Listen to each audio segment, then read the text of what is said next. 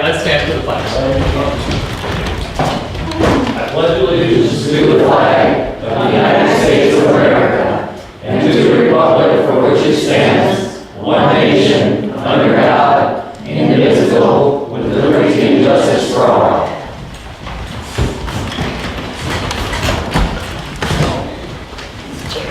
All right, thanks. First thing is the agenda. Are there any additions to the agenda this evening? Is this different than that?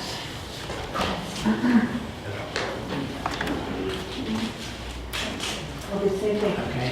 If there are no additions, then is there a motion to accept the agenda? Oh, that's right. Because we have Teresa Kiernan here, and she is involved in the design of our website, I was going to have her report under the office report, so that in order that she doesn't have to stay extremely late if she chooses not to, I was wondering if someone would make a motion to amend the agenda to move the office report to precede the finance committee report. I make that motion. Okay, Sharon, thanks. I'll second it. George? You said after finance? Before. So it'd be the very first thing to do. So, okay, so there's a motion to amend the agenda to move the office report to immediately follow or to immediately precede the finance committee report. So is there any discussion? And if not, all in favor? Aye. Any opposed? Okay, thanks. Okay, so we've got an amended agenda. Okay, so petitions from the public. I mean, I'll recognize everybody, but tonight Carrie Eklund is here he's the new owner of Luigi's, and I think as part of your opening, you are planning an outdoor event, and he's here to seek permission from us as part of the application for, I believe it's like a one-day outdoor liquor license, to close the portion of the street in front of Luigi. So do you want to describe to the council what you plan to do? Sure. Hours, day, all that kind of stuff. Yeah, we on Portland Street, right in front of Luigi's, we wanted to hold a concert with a band coming into our bar into Wisconsin Friday on the 28th. And they're flying in from Los Angeles. Fairly big name band. They're the best tribute band in the world. They won a contest by Mark Cuban's Access TV. And they played for us 2 years ago, packed it full down there. I wanted to bring them up here to play. Great thing. It'll be publicized by 97.7 The Wolf. We're talking about them sponsoring right now. And we didn't really intend for it to be our opening because I planned on being open earlier. But we wound up at Luigi's changing all the plumbing, all the electrical, going through everything at that place. And so I think everyone's going to really like Luigi's once it opens. It's much improved on the inside. But since it's taken so long, we're looking at getting an inspection this Friday at Luigi's, the final plumbing inspection, and then trying to open up with a grand reopening next Friday. This band will play on Saturday, the day after. So we'd be running 2 ads, an ad for the grand reopening, and then an ad for this band, which we would start at 6 p.m. Everything would end roughly about 10:30 is my guesstimate. We'd have an opening band, and then we'd have the big band, LA Bonfire, play. And they would probably start anywhere from 7 o'clock to 8 o'clock is when they would start playing. I do have a map that I drew up, and we've done several concerts, and what we do is we encapsulate the area, and then we'll snow fence it in. I have semi-trailers. We own a trucking company called Eklund, and we have 53-foot dry vans, and we would encapsulate the concert area. Carrie Eklund. How do you spell that? K-E-A-R-Y. Eklund? Yeah, E-C-K-L-U-N-D. What street was going to be bought? Portland Street, and be right in front of Luigi's. And then on that map, the big rectangles with X's on them, those would be semi-trailers that we would basically block the area off that everyone would be in, and then we would snow fence that in. We'd have 8 people for security, we'd have 4 ticket takers, and everybody would be going through the bar, after they get their ticket, through the bar and going into a VIP area or into a general admission area, which would be outside in front of the stage. We just went through this with Pasty Fest. They wanted to have like a beer garden tented in area. And I know there's a form you have to fill out to get it into the state, and the state had told them they were denied because of the distance. It was a Denali restaurant wanting to do it here, because no other local bar would be in on it. And they were told that it was denied because of that reason, but they were also told that you have to have the application in a minimum of 10 days before. Which we did, Oh, did you get it signed by law enforcement? yes. Okay, you've done all that already? Yep. Okay. Yep. That was my question. Right, good one. Yeah, well, I I know. know. Yeah, that's very Yeah, I important, just wanna because make they sure didn't that- pour, they weren't able to pour, correct? Well, they, At Pasty? no, they Yeah. weren't, because of the distance, it was 3.4 miles from the person that was sponsored. Oh, so they got it in time. You have to be able to walk barely. out your door or into a parking lot if you apply for Sure, a license. sure, yeah. You're gonna mark the alley out too, so people don't go up and back through the alley? Right, yeah. I'm confident you got your ducks in a row, just leave it up. Right, yeah, I was too, that's why we really scrambled to get it in right away. We faxed it over and we did it on credit card, so everything was handled right away, so. But yeah, we're really looking You're at. hopeful that it's gonna be a yes then. We're- $75 later? Yeah, it should be.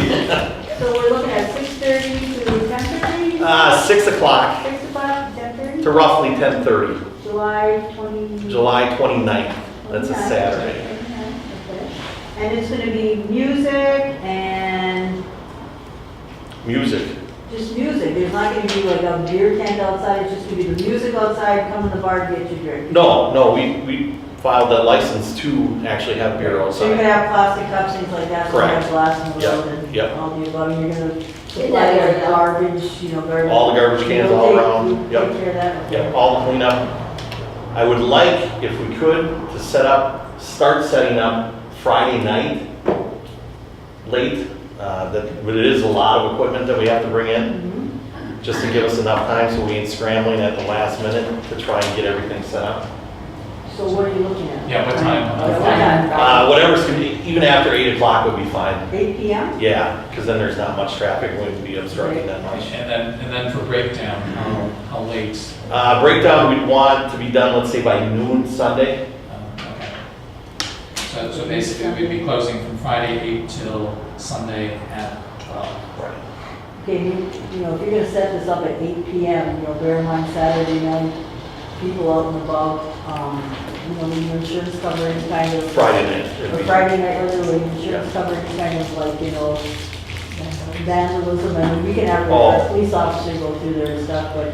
Yeah, it's gonna be pretty hard to ban. All we're really gonna have set up there, the main thing that I wanna get set up on Friday night is a semi-trailer setting out there. So Those there's are all likely- covered. And the stage, Yeah. yeah.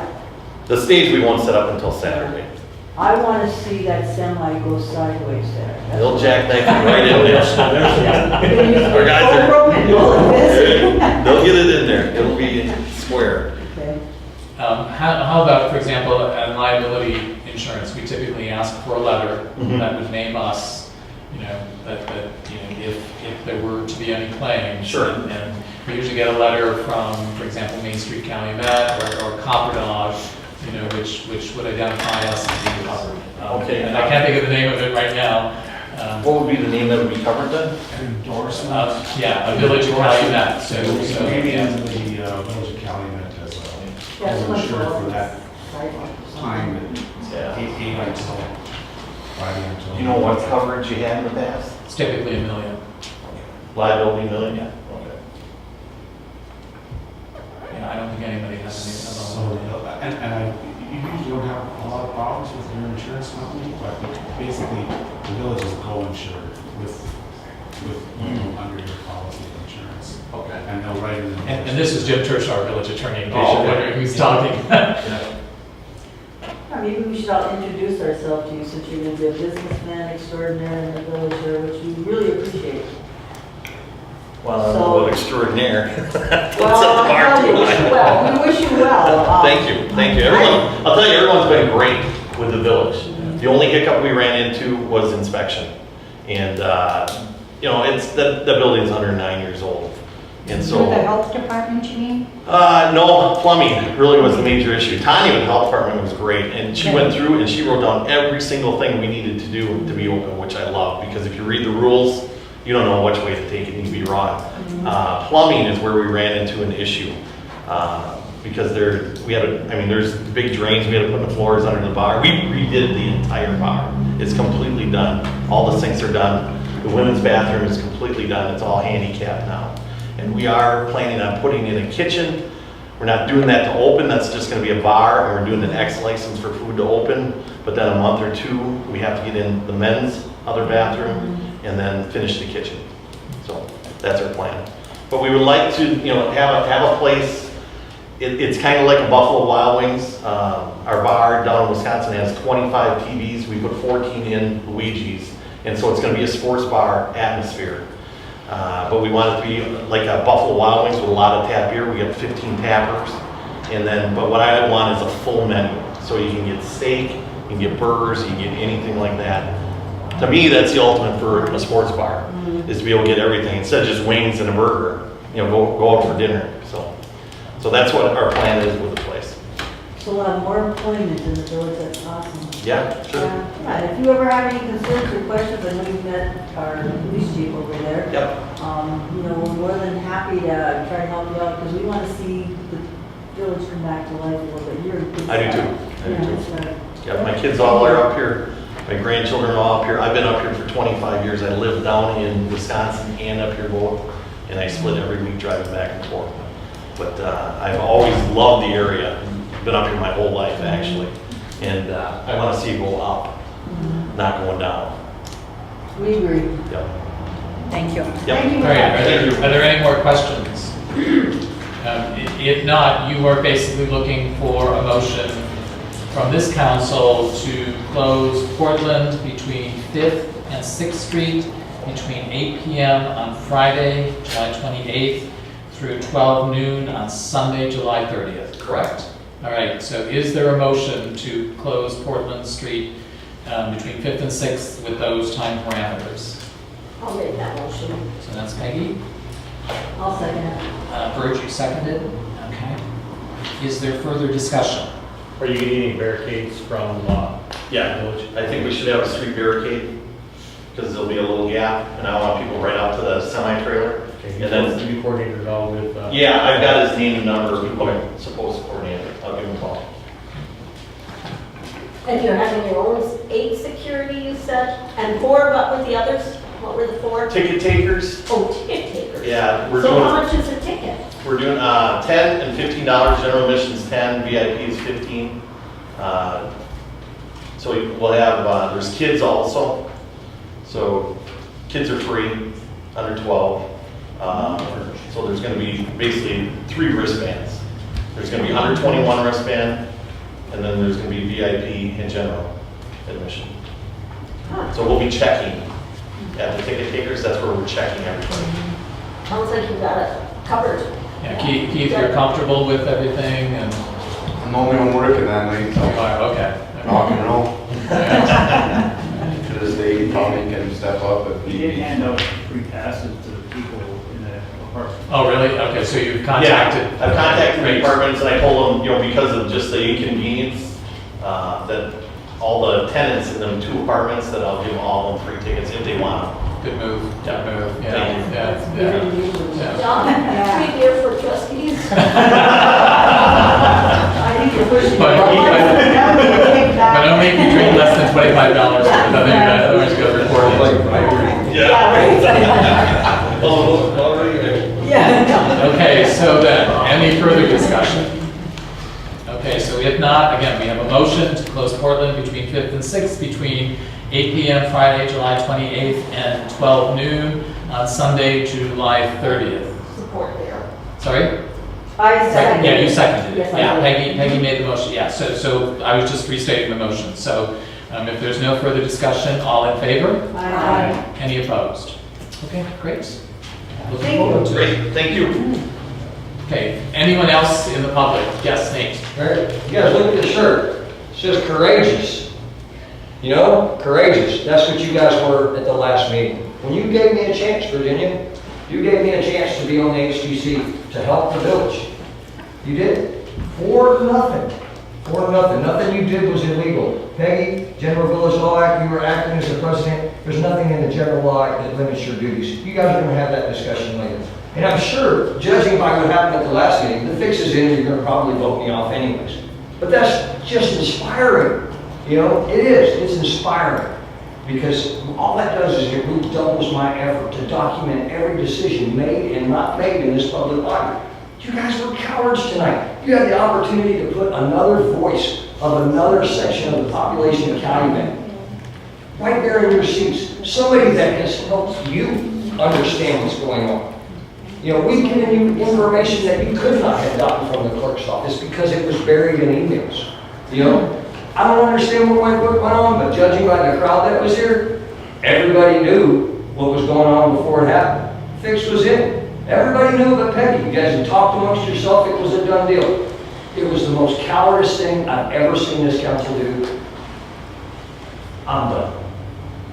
I will see you at every meeting. You have inspired me. Thank you. Be lucky. Does anyone else want to address the council So this evening? fortunate.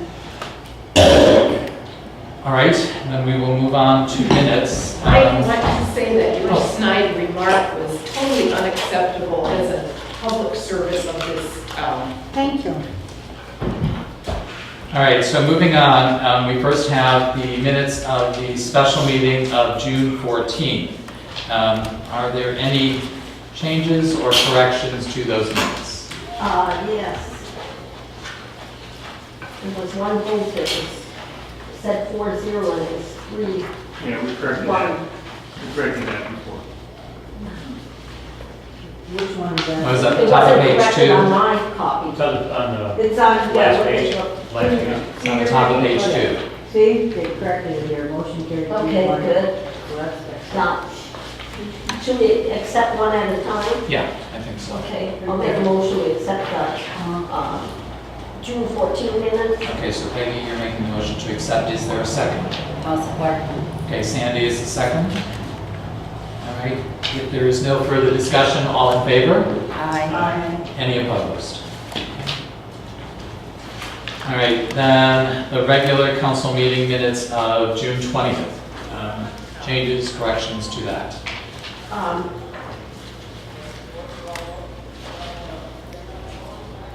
June 20, there were so many, I would like to table this and discuss how to take minutes with everybody in this room, Oh, because it that's might right. come in handy. I'm sorry, And- you want to address the council. Do you want to do so right now, or? Sure. Okay. This is good.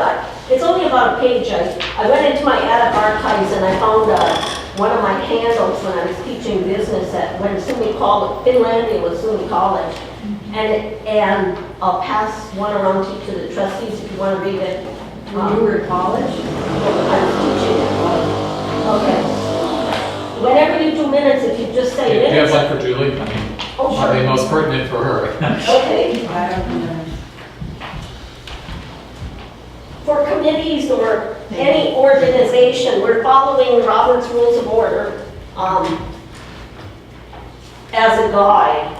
But if you just say minutes of the meeting of the, and then insert whatever organization it is, then the meeting of the blank, in this case it would be Calumet Village Council, was called to order by President Dave Geisler, so you insert the name of who calls it to order, and then you look at your watch what time, and in the place, which would be the Calumet Village Council chambers.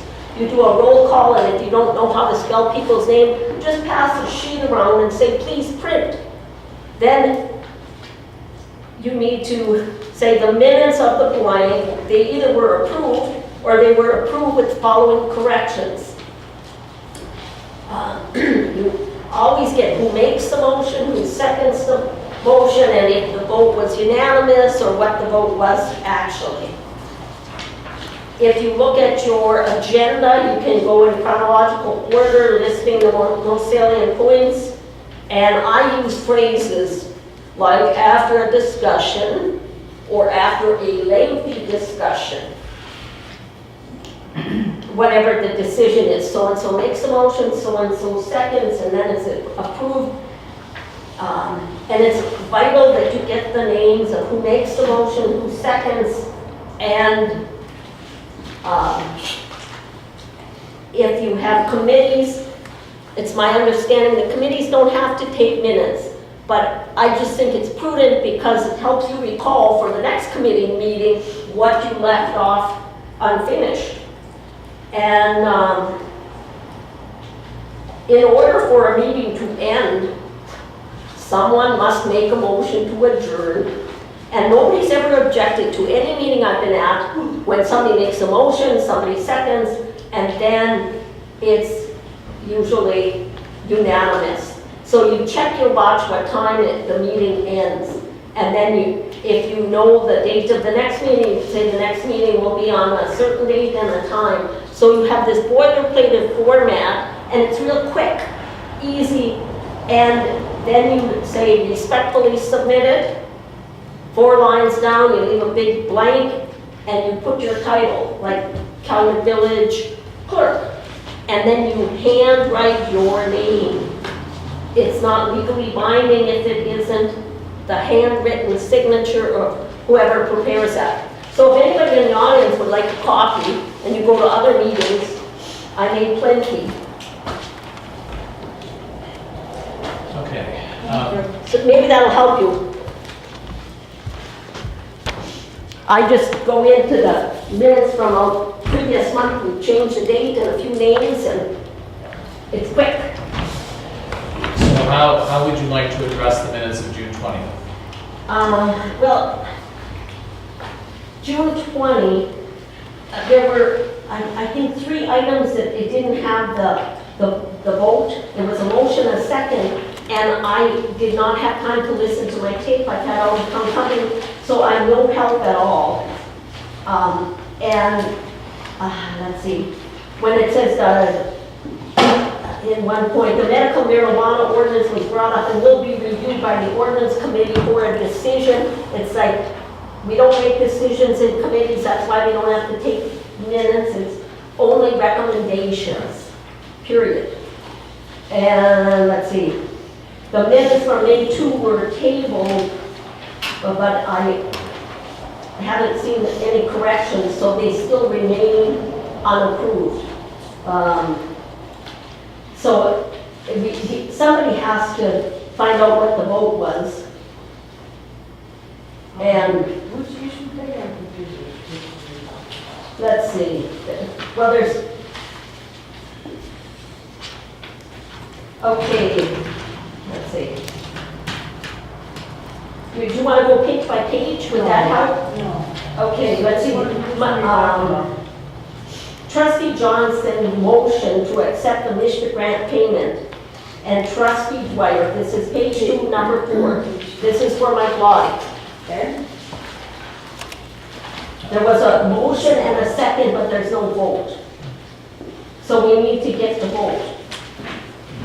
I suspect it was unanimous. Do you remember, Mike? It was unanimous? Oh, yeah, I think so, but like I said, I did not have time to verify it.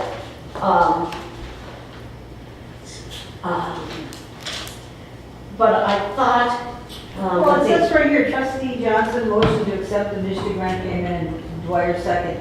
Okay, what is that? The vote is missing. 2 people, Yeah. one makes a motion, one second. Oh, it's a like- roll call. Yeah, Yeah. 1, 2, 3 steps always. A motion, a second, and a, I just think that's an oversight.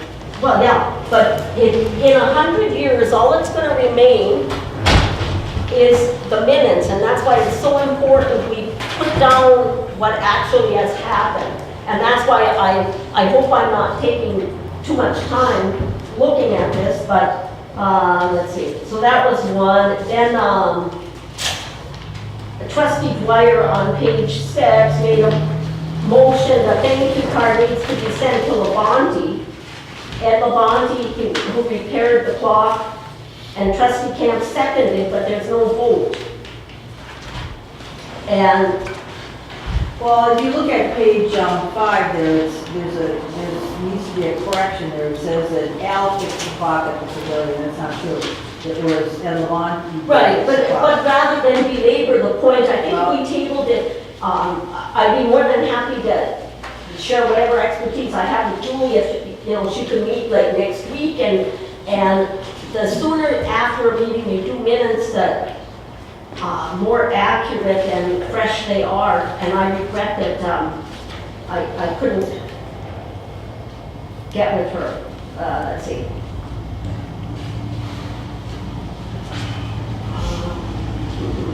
And then under the bills, it said Fireman's Appreciation Dinner was also an expense not previously approved. I don't remember us even talking about the Fireman's Dinner, do you? We didn't talk about it. So I don't know how that ended up in the minutes. Well, because June's always the village always buys the fire department a dinner in the month of June. Right. Okay, well, I don't remember that as part of our discussion, but it was in the minutes, but I know we do that. So I make a motion that we table this until, and then next month we'll get May 2, June 20, and the minutes from tonight. But with this format, I think it'd be quicker for Julie. And that, Right, is that acceptable that we table this till next month and that Julie and Peggy meet to review the minutes and make corrections?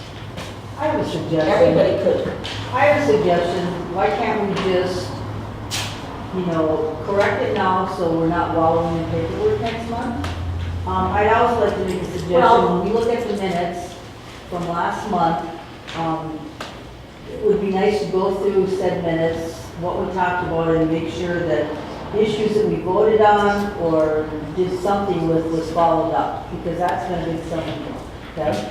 So I'd like to make a motion that every time we, look at the minutes from last month, we gotta make sure we're not talking about the same thing month after month after month. If we vote to, say, send a thank you card, we'll go through and say, was a thank you card sent? Yes, okay?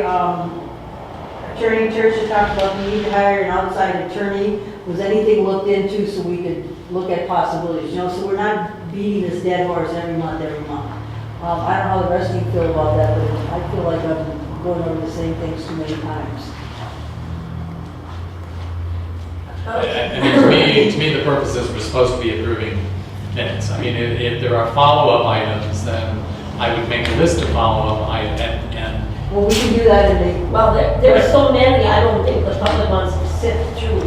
you mean correction, yeah, because we're dealing with two different issues right now. And maybe let's get through this them is now. unfinished business is what I'm talking Right, about. When we get okay. to unfinished business, we'll go Right, through this. okay, yeah. So let's, right now, we're just trying to get through the minutes and approve the minutes, so. All right, let's look page by page. What corrections do you want, Terry? So we don't have to do it next time. Okay, let's see. Pledge of Allegiance. Instead of a P, it's an O. Oh, yeah. This is June 20th, sure. Yeah. And then, I don't see how you can approve them. We don't know the vote on several items. Okay, well, here's our How are you problem. gonna do it? We have to, Right now, here. try to remember and make a consensus because the tape recorder that was provided to our clerk was not working properly, wasn't charged, wasn't working, so we have no records, okay? So unless you've got a record of it to listen to this, we're gonna have to go by what we remember. Joe, do any of your sheets I do, but show- there's also Do any of your that. sheets show the votes? For example, so for the vote for the Morrison School, do you have the sheet that Yes. shows that vote? Okay, so Joe kept a tally sheet showing votes, so we do know, so at least for the Morrison I mean, School. do we want typographical errors like Jim Camp is listed as trustee card? I mean, I don't have a problem with that. It was 4-0. Okay, so it was 4, That's just okay, okay. so Joe can verify that that particular number 4, the Michigan grant payment was a vote 4-0 in favor of paying it, so that was Okay, unanimous so we'll vote. put that, that's amended. Okay.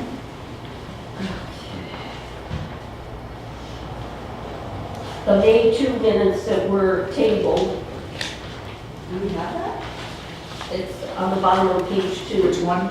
It's May in- 2, May 2, second, they were second. tabled. Yeah, I have a question on that because May 2nd minutes, they weren't even part of the package and they were approved at the May 16th meeting, so. You think they were Nice. approved? Yeah, they were approved at the May with 16th. I amendments, confirmed. but the amendments aren't in the approved minutes.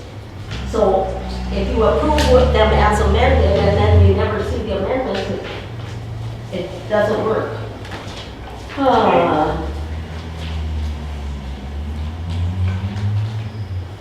The only thing that was on there, I think, was the adjourned, where we want to change the minutes from Dave, approved by Dave Dicey, village council. And the Yes, The I voice got vote. And the voice vote, it. Right. which is on there. Okay, so you're saying it's 4. Pardon? We had 4-0? You're talking about the Morrison School now, or? Yeah. Okay, yeah, so that number 4, Michigan grant payment, that was a 4. Okay, four- so we, That was unanimous vote. okay, so when we approve these minutes, it's got to say they're approved with amendments, you know, Right, the vote. right. And that not just that they were amended, and Yeah. then these have to be attached with the changes Right. in the margins. Yeah. Yes, okay. Okay, then, it doesn't matter if purpose is HUR or HYR. Okay, then there Page is, are we on right now? I'm on page 4. Yeah, and the page, I had trouble finding it because the meeting was on June 20, but then on page 4, it said June 30, so I was wondering if we had an extra meeting. No, it says June 20 on mine. It says June 20 on mine. Mine's at June 30. Mine says June 20, so I don't know. But you're on the wrong meeting, you're on special meeting. We're on regular council meeting. You're not even on the same meeting as us. Let's see. It says regular, page 1. Well, then this got thrown in by, you got mixed up because that's a special meeting that we had. See, this is the page No, you should have. You have another page 4 in there? Well, See, this is a regular meeting. Okay, what does each page say? See, you have the cover, the first 2 pages are the regular and the rest is special. So what happened with hers is the regular meeting and the special got mixed. So that's why we're all like a deer in the headlights here. So Okay. how about you want to share mine? but this, it wasn't at the special meeting, the total, so. Okay. Well, And then, I'll let you. I guess the question we had is, let's see. That donation to the police, there was no, remember you said we decided to Well- give them a certain amount, but it just says there was a Did discussion. we discuss, with upset, did we make a motion to 500 for the first year in 2017, and then 1,000 for 2018 and 1,500 for 19? Did we not do that? I remember doing that. Did we make a motion? There is to no do that? motion in here, it just said there was a discussion. You know, we have no tape recording, so. We made a motion. There was, Well, I think we made a And motion. and Joe did keep a tally sheet, so Did do you you check have Joe? the upset donation in there?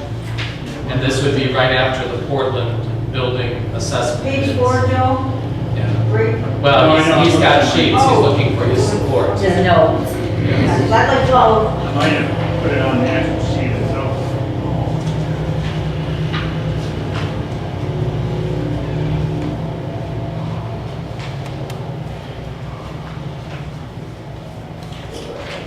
you also have to look at too, it says the Portland building repair had 3 bids, Johnson, Hurkis, and B&B. So you must have accepted, there must have been. a- Yeah, and we had it there 4-0, and the next So, thing. so actually, Joe, we're looking for 2, the bids. No, that at one is Port- there, so that should be right after the Oh, Curtle oh, building. oh, yeah, I see it, I see it. Yeah. Yeah, yeah, So if you can find the Curtle building 4-0, it should be the next thing you yeah. discuss. Right after the Portland building, Yeah. yeah, right after the Curto 512. For the roof. Yeah, Yeah, yeah, for it was the the road. next action It should be taken. the next action taken. Yeah, I had the structural assessment. yeah, and then it should be the next thing that was done. Well, You got a messed up thing. what is the special meeting?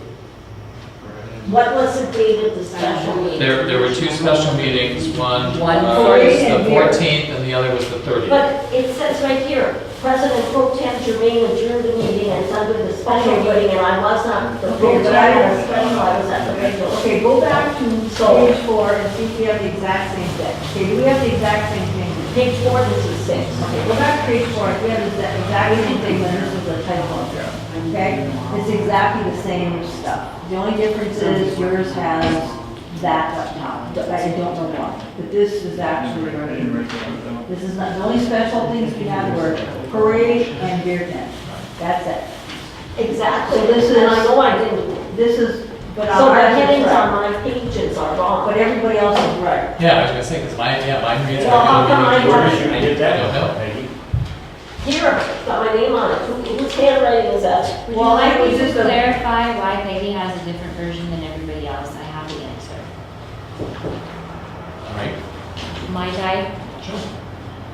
I have a different version, I have Peggy's version. July 12th, the office circulated a document where the first page says June 20th, and all the subsequent pages say June 30th. It was a mistake.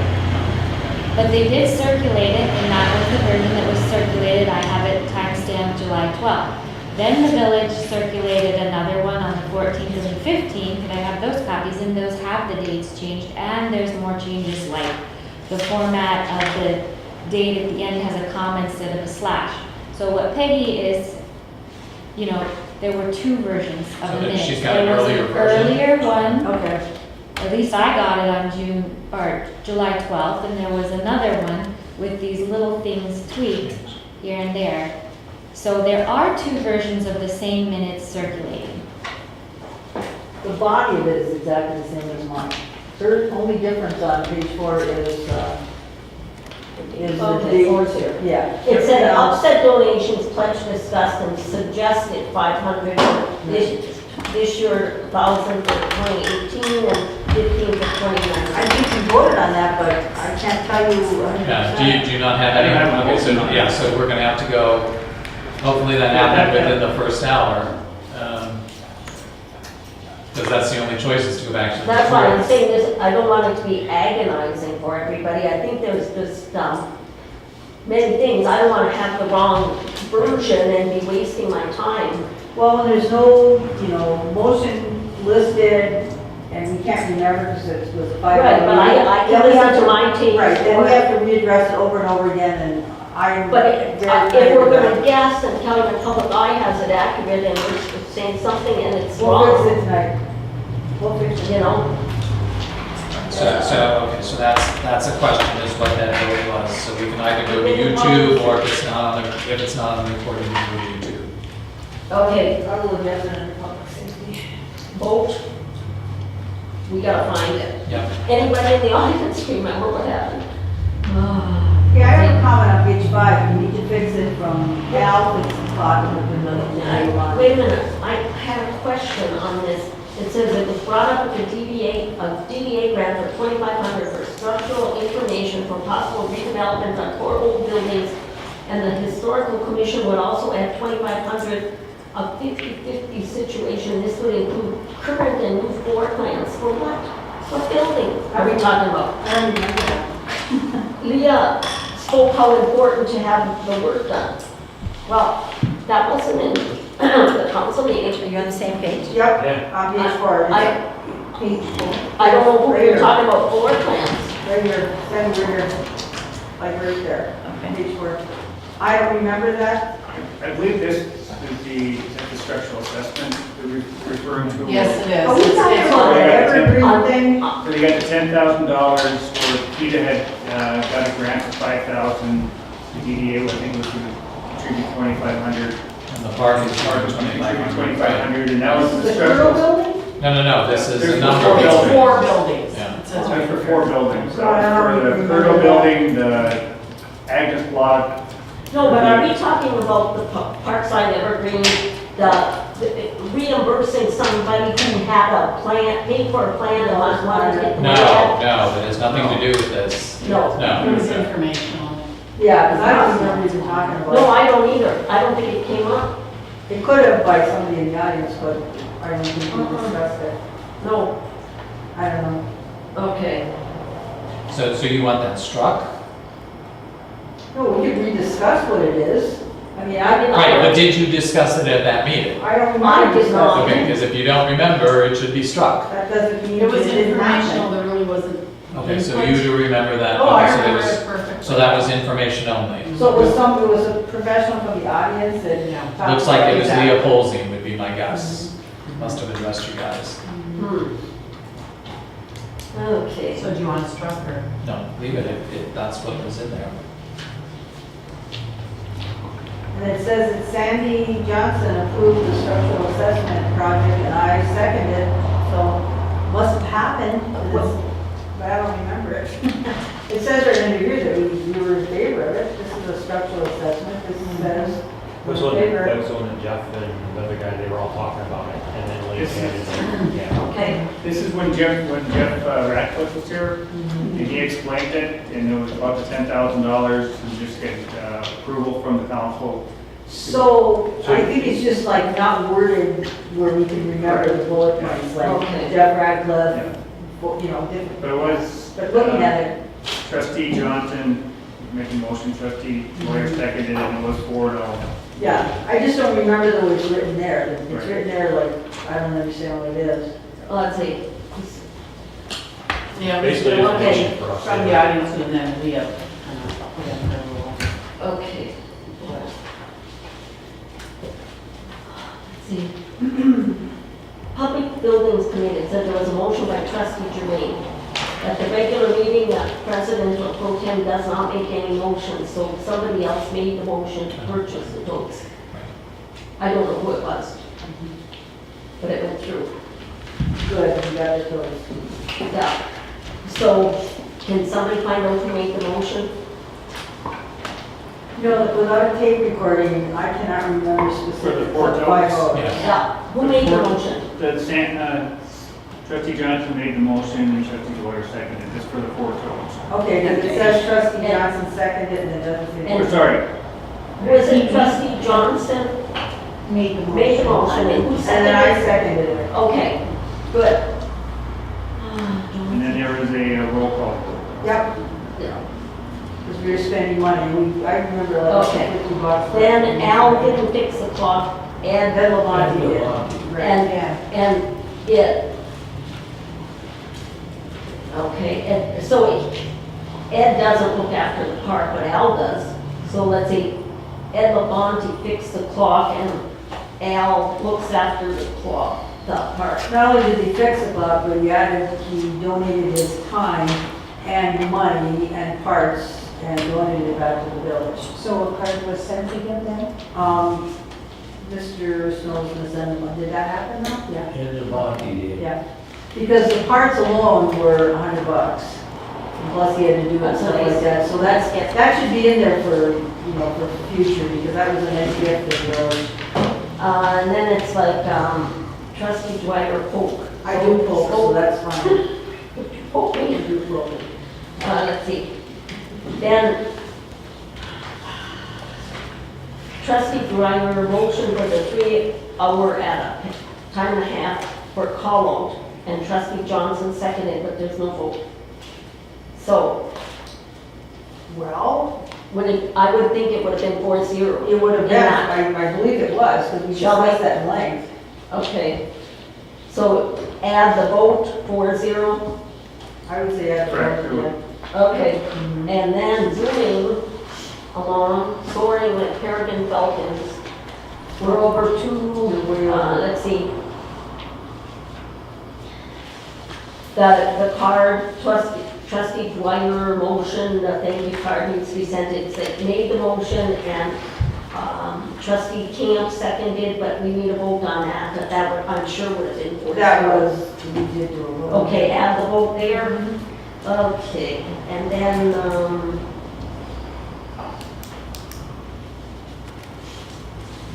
okay, yeah. In fact, your minutes are nice and thorough, but, sometimes when it's thorough, it makes it harder to, we'll just say after a lengthy discussion. No, shorten up I the appreciate your motion, input. I like the information, just need to say the Yeah, motion for a yeah. second and let the vote. And, you need it, every group does it differently, and we can get this. Okay.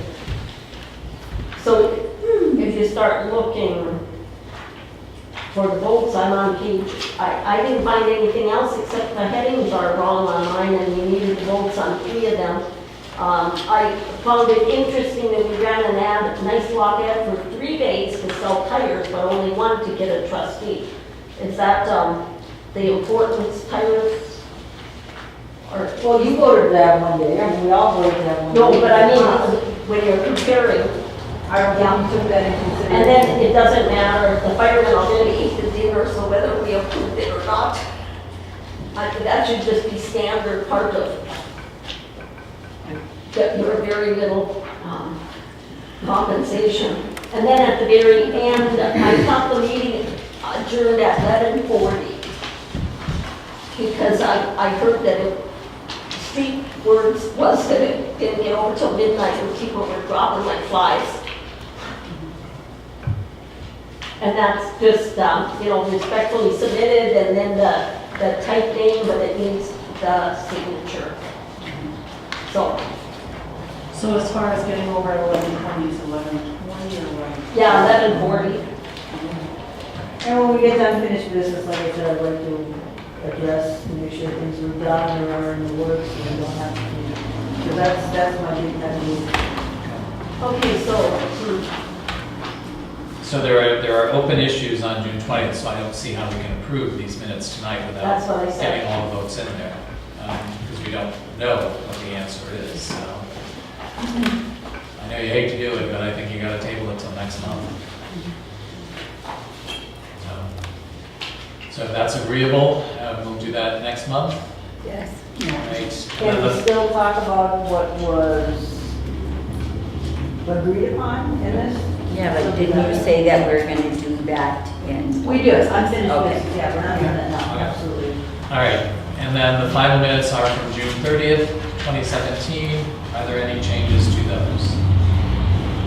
It's a special meeting on June 30th. This was for the kids parade.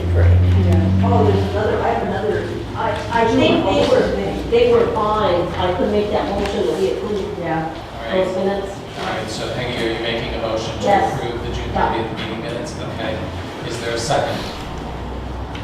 I'll support. Sandy? So Peggy made the motion, Sandy seconded. So if there's no further discussion, all in favor? Any opposed? The next thing is the MISHDA grant payment in the amount of $19,440. I think this was in your packets on Friday, so I think you had it in adequate time. So are there any questions? And Mike Lottie's here. Do you want to address where you are on the project, how close you are to finishing? Or? Pretty much, we've got a few people living in the apartments, so it's fine. But I thank everybody for the cooperation during this time. And, any questions? It looks like there's just gonna be one more payment then, and that's, and you're gonna be done. See, the balance showed like, 9,000 something, that's all. no, but for the payment request, the balance was less than the amount requested. It was like 13,000 and then you were requesting 19. Where's the 5 coming from? That was the contract they did, so you just can't get more than what you got. Right, so you're not asking for the 19. Okay. No, that is what is being asked for. Yeah, I Well, mean, we can't approve it because we didn't have the, I mean, the grant amount, if you look at page 2, it looks like grant amount was for $135,051. Previously, they had expended $101,723. He's requesting a payment of $19,440. So that final column says that there's still $13,888 of the grant that you have not expended yet. Is that correct? no, just reverse. Let me find it.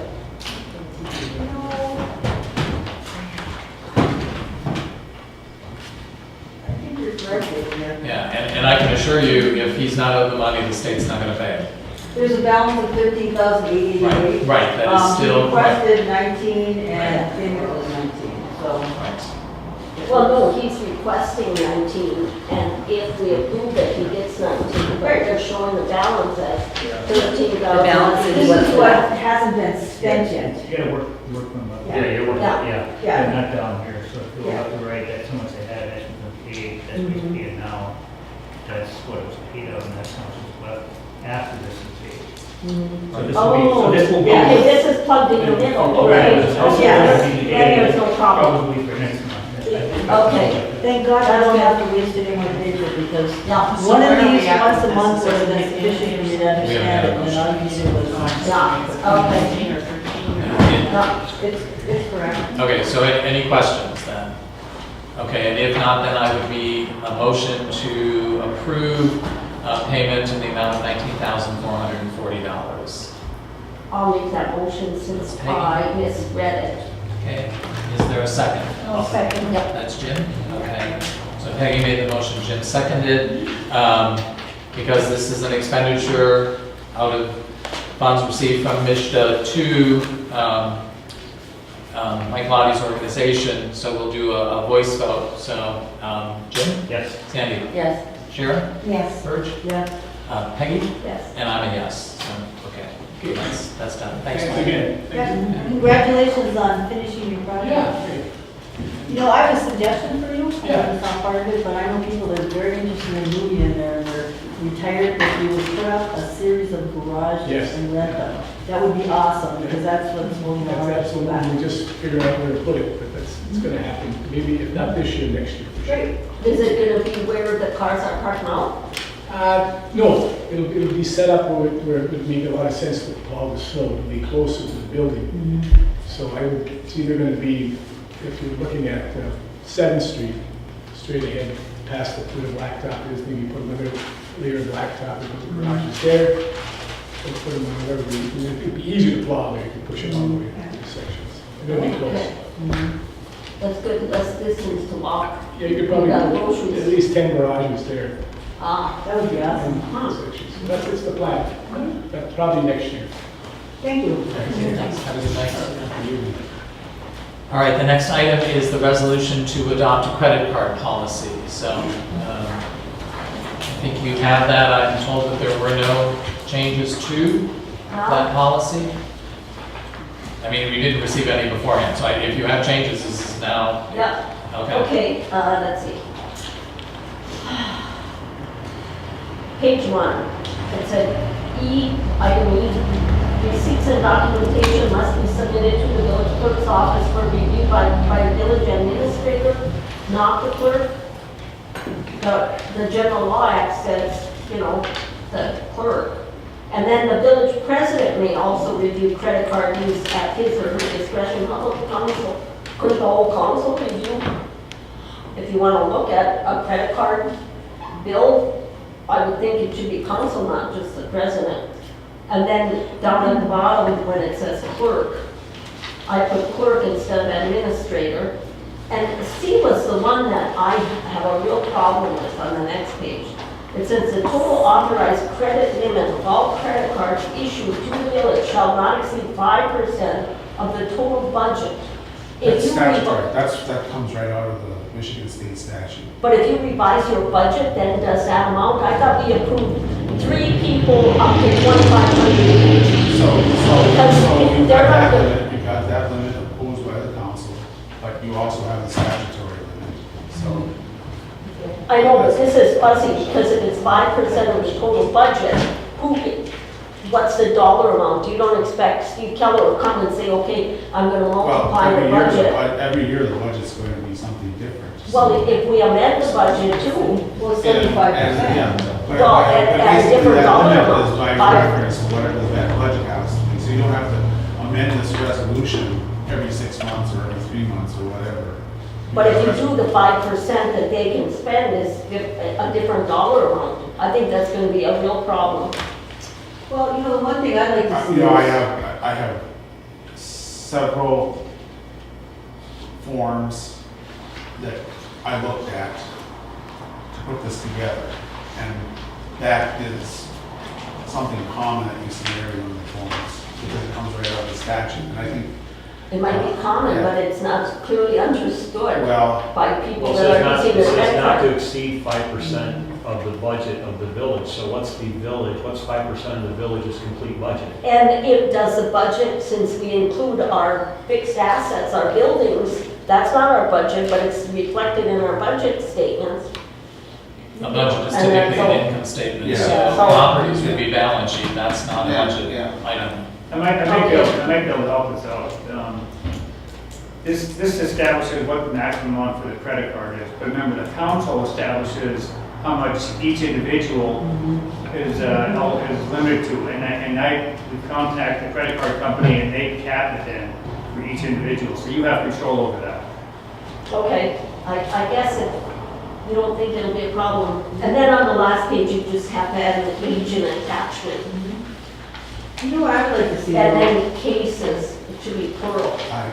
I did an attachment, there isn't a, the attachment is what everybody has to sign. Right, It's they're a gonna credit- use it, right, right, yeah. and you turn it. Now, I know in the past, when the credit card was used, like when I first was a trustee, they weren't included with the bills, and you were sort of scrambling to see, you know, what expenditure that was by an invoice, and it was because it was put on a credit card.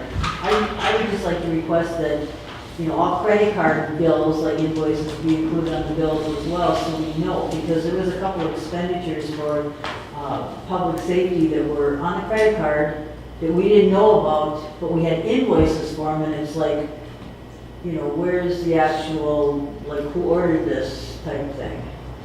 So if you're gonna get a bill from a credit card, like, you mark on there, you know, credit card used or whatever, so we know.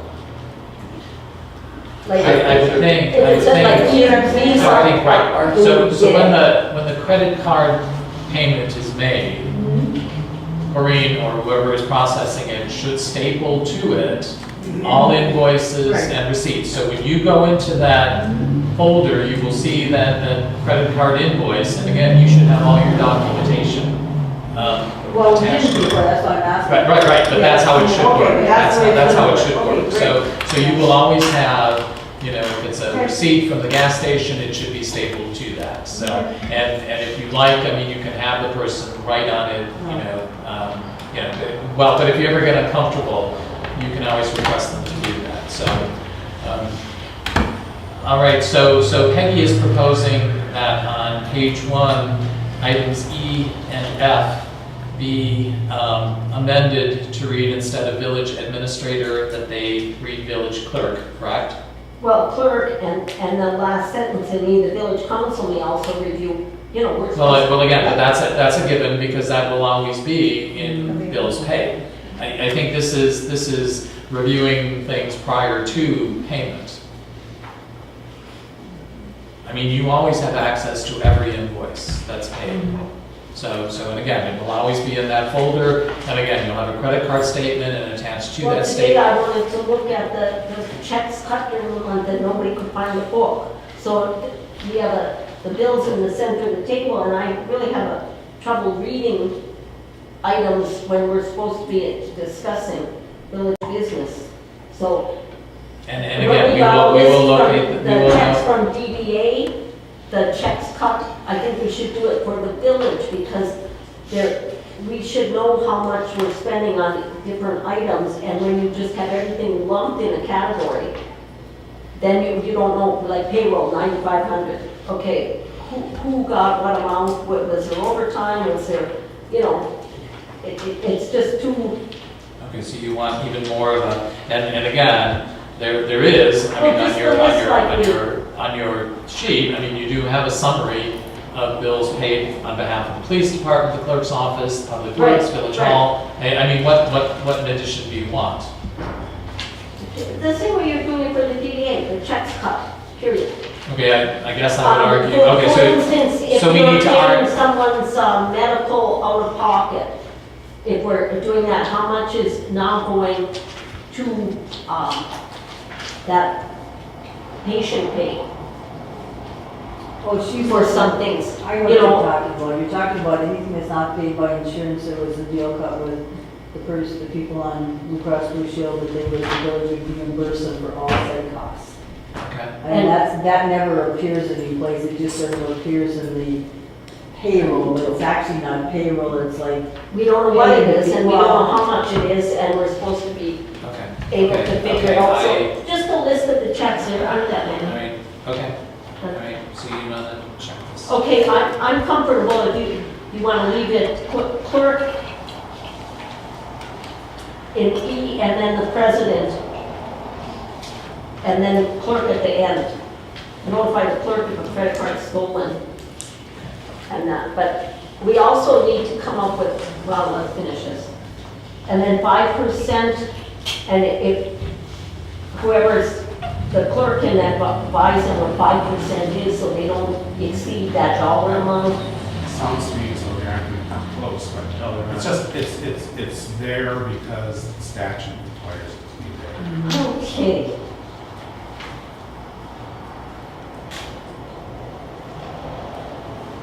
I think it looks good.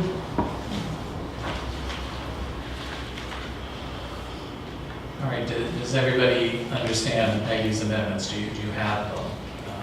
Okay. Then, is there a motion to adopt this resolution as amended? I make that motion. Sandy? I second that. Okay, that's Sharon? Okay, so Sandy made the motion, Sharon seconded. Okay, all in favor? Aye. Any opposed? Now we'll go into committee reports. We'll start with office. Sorry? Teresa. Right, yeah, that's what I was going to get to as part of the office report. So, so this is Teresa Kiernan, and she is designing the village website. So would you like to address the council? Tell us what you're doing. I'm Teresa Karen. Oh, sorry, I apologize. It's fine. Let me write it down again. Got it. I'm working on I had contacted Joe, and we had been discussing your village website when he contacted me. I got final approval to go ahead and develop the site for you. I have been working on computers since the early 80s. Yes, most part of my life, I guess, between that and accounting work that I've done. And my degree is in web design. And I don't know, do you have any questions for me? That picture just doesn't do it any justice. I did bring my computer so that you can see it.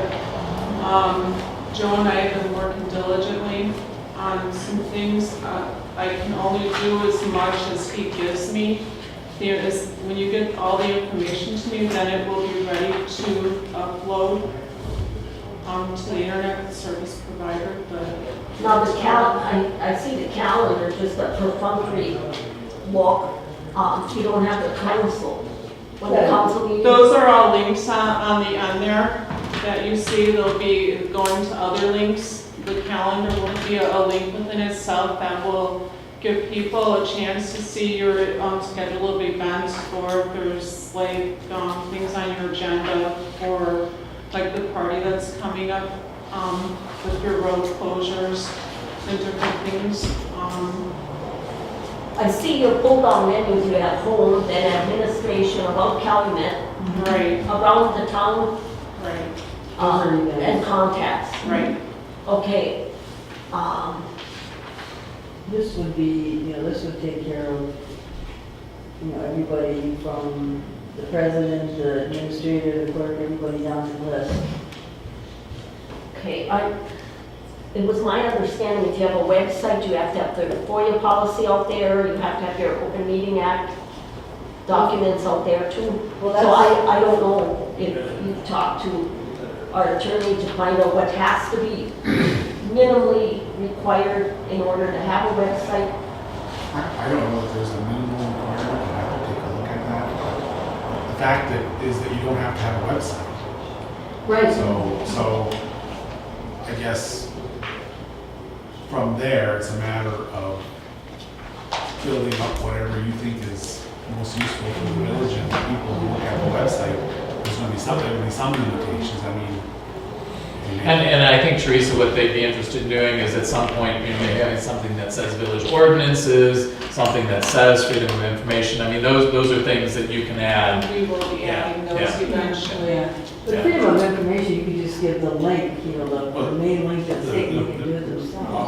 All of our freedom of information stuff is in Word. You can Right. feel free to Yeah, pass. it's easy to Right. put out. Just give them, But there, I thought as soon as you launch your website, you've got to have those basic items. That's why we never did it, because we've got guidelines that we have to put out there. Yeah. Have a website. Could you just make it just that and not the top part, or? We can, I'm gonna make you stationary. I actually put another picture down here. I couldn't decide if I was gonna do it stationary or if I was gonna have it mobile. But we can do either way. So as soon as you get all the information that we want on there, Joe provides it to you, you'll plug it all in and we'll be Right, online, and I can pretty show much. you So- more of what we're doing. We gotta start This is just somewhere. the preliminaries Right. right now, so. And to get it started, if we, you know, we look at it, we say, gee, you know, get hold of Joe and say, we'd like to have this put on the website, and we have to say, put that on there, and it's not a problem, right? Right, Because you're going to Right. design it and you're gonna maintain it every month. Right. Yeah. Awesome. That's for sure. Yeah. So it's gonna be like a living thing that's gonna be continually, you know, being upgraded. I think they refer to it as a living document. so- Yeah, pretty much. Yeah, I mean, a website, especially a village website, should not be static. I mean, we should always be adding to it, whether that's minutes, agendas, new ordinances, you know, budgets. I mean, you can put pretty much anything out there that is deemed appropriate. Yeah, emails and things like that, for this month, we'd like that on there, you know, the next month. Because, you know, the old stuff should probably go away and new stuff added like that. So you'll be working with Joe as far as updating? I will. Yeah. Good, very good. We're working together. I think it's a good start. I don't know if it needs to go to council for approval before we upload everything the first time, or does it need to go to the council for approval before we upload everything? Yeah, we need to make a motion. Yeah. You can have this back. Thank you very much. Once it's out on the internet, we better make sure it's the information we want out there. I know you showed it to me the other day, so next time you're in the office, kind of warn me, and I'd love to come over and see it, so, okay. Yeah. Thank you. Thank you. Would you like to see the changes? Oh, no, I'm okay right now. But, yeah, we can, okay, it's for them right now. Yeah, we- Whatever questions you have. I think we have to have a starting point, and I think it's a good starting point there. We'll keep it going, so I'd like to make a motion that we accept you as a provider to establish this website. And my understanding is the cost to produce it is $50, and then you're going to maintain it on a contractual basis for $25 a month. Do we need to have a written contract? It's a pretty good bargain. I would charge that in the city through this meeting. That's expensive. I talked about that. Yeah. She just wants to do it as a sideline. I did address that. I said that is too good to be true, and I was just learned that she just needs to do things on the side, and she make minimal amount of money doing it. So, and she's helping the village, so I'm in. Yeah. So you made that as a. I make a motion that we accept her proposal of $50 to establish the website and $25 a month to maintain it, and you'll keep in contact with Mr. Snow as to updates. And then when it's ready, we'll come over to the village and review it prior to our meeting where you need our approval to launch it. Well, I think we can just launch it, and then if we have any issues, we can just upgrade it as we go. You can either add or subtract. Gotta have requirements, and we have to put the stuff that's required by law to be out there. I don't think there's anything, I agree with Jim, I don't think there's You anything don't by have law that that's on the required on website the at all. website. It's just an informational thing, it's not a legal thing, Yeah. it's informational only. I'll take a look. I think it is, I'll if take- you I'll have the take- website, well, you that's- must that's not meet spec- the that's certain not speculative. parameters. Okay, Jim is gonna follow up, so. That's, Yeah. yeah, we. He said he's gonna. Right. But as far as we know, it's a go, unless we hear differently from our attorney. Yeah. And I second that. Right, so there is a motion to have Teresa develop a website, $50 to establish that website, $25 to maintain that. Verge made the motion, Sharon, you seconded that Yes, motion, yes, correct? yeah. Okay, is there further discussion? Okay, if not, this is an expenditure, so I'll do a roll call, so Jim? No. No, you're a no. Okay, so Jim is a no. Sandy? Yes. Sharon? Yes. Okay, Verge? Yes. Peggy? I'm a yes if the council reviews it before the launch, because I don't want just information put over if it's not gonna be 100% what we I need think to that's have. understood. I think that's understood. That she will not go live without prior council Right. approval. Yeah. Okay, so then are you a yes? Yes. Okay, and then I'm a yes, so, okay, so motion accepted, so. There was a question back there, I understand. yeah, okay, great, thanks. Yeah. Okay, Thank you, Teresa. Thank you. Thank All you right. very much. Thank you. Thanks for coming. Yeah, it's up to you whether you stay or not, so, okay, Thank you for having me. Yeah. thank you. You're welcome aboard. Okay, Joe, do you have anything else in office to report? The only other thing was that I talked with Aaron Bucko, well, it's known as Bucko, about the sharing the cost of the wall.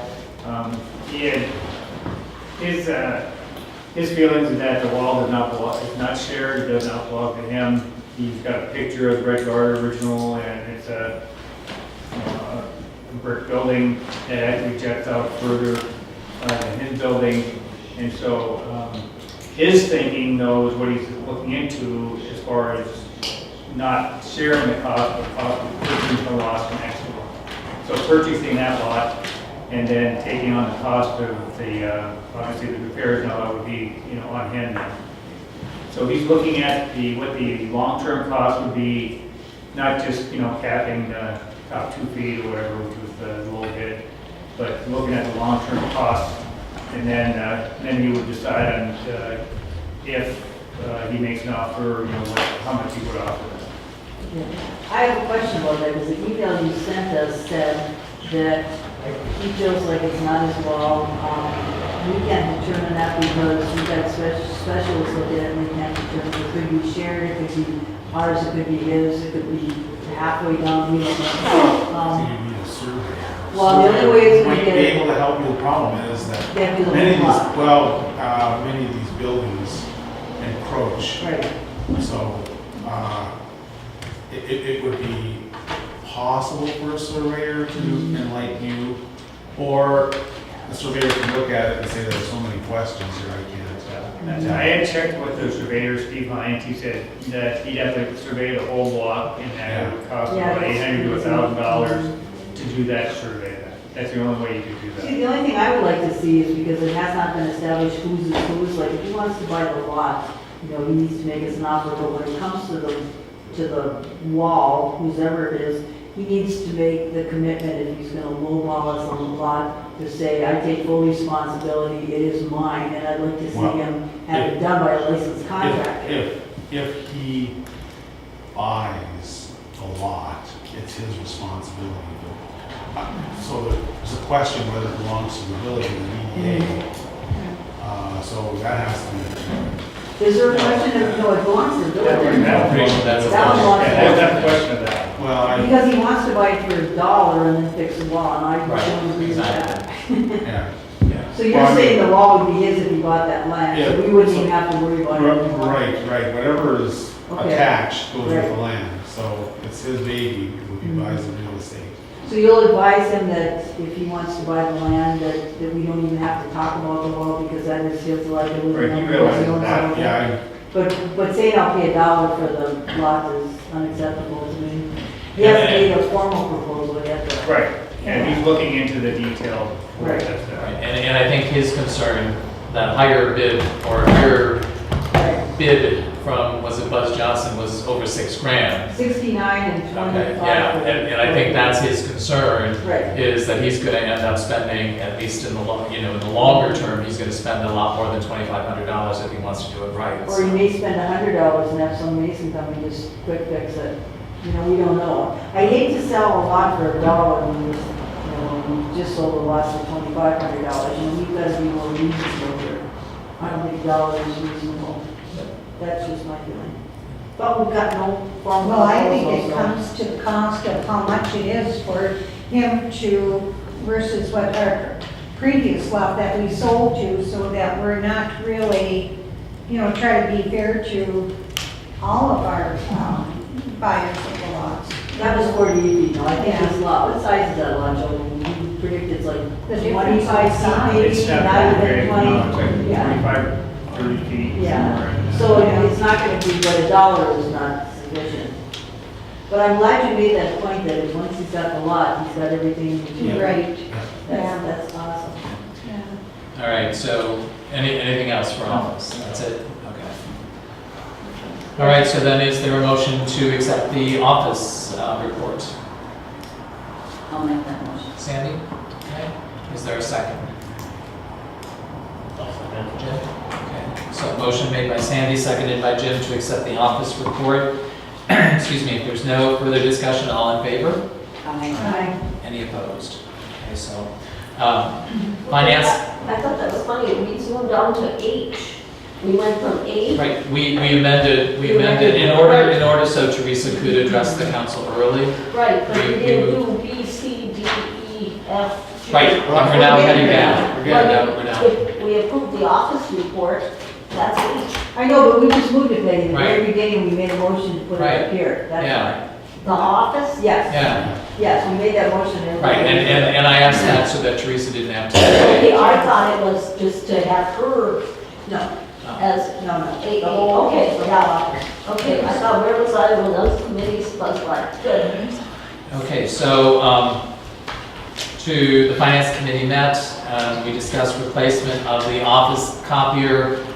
Joe has, I think you guys saw the reports last month on it. If we were to purchase the new copier, it's $2,500. Expected life is 7 years. The annual savings is just a little bit over $300. The savings over 7 years would be $2,000. I think Burge, you specifically asked about maintenance contract. That would be approximately $60. It comes out to about $60 per month or $5 per month, and that covers all labor and materials, parts, things like that. Say that again? Okay, so the maintenance contract is, according to Joe's calculations, averages about $60 a month. Or a year, I'm sorry, annually. Yeah, 'cause we No, have a 60 annually. Okay, but that's, not- I'm gonna tell you why that's not correct. There's a bill in here from office planning for our maintenance. It's a 3 months maintenance bill and it's $95. So, and who is that from? Office planning. I'll show you. And again, this is based on sayings. What specifically was that for? Okay, hold on.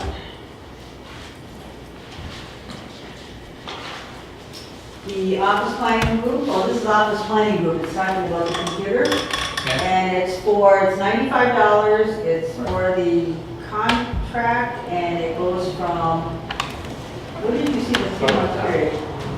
So it's building between 6, some. 6/2/17 to 7/2/17? That's 1 month. That's one. No, that's- down, some Get the other. current. No, it's the due date, that's it. Oh, here it is, it's from 3/18 to 6/17, so it's a Yes, 3-month it's a period. quarter. It's 1 quarter. And this is what we got a bill for, and the bills are in Right. here. And it's, So that's 1 quarter, so if you do that 4 times. Okay, so what is that for, that? It's like bill? 390 for a year. Yeah, this is for a quarter, $95. Right. that, So times 3. it's based on, now let me explain that, it's based on use, Mhm. okay? And this is the one which includes that last $95. Do we have the other bills from, do we have bills like this from 2016? Yeah, and these are all the charges then, okay? Okay, that we paid in two, Pardon? okay, but They're different, right? Because you see, these are you'll see the cost per copy is here is what the charge was. You see that the cost per copy just recently went up. But this doesn't make sense, because in 2016, you've got $65, and I've got a bill in my hot little hand here from March till June, it's $95 for the contract. Okay. So I don't know where you're getting this from. I don't know where you're getting that from.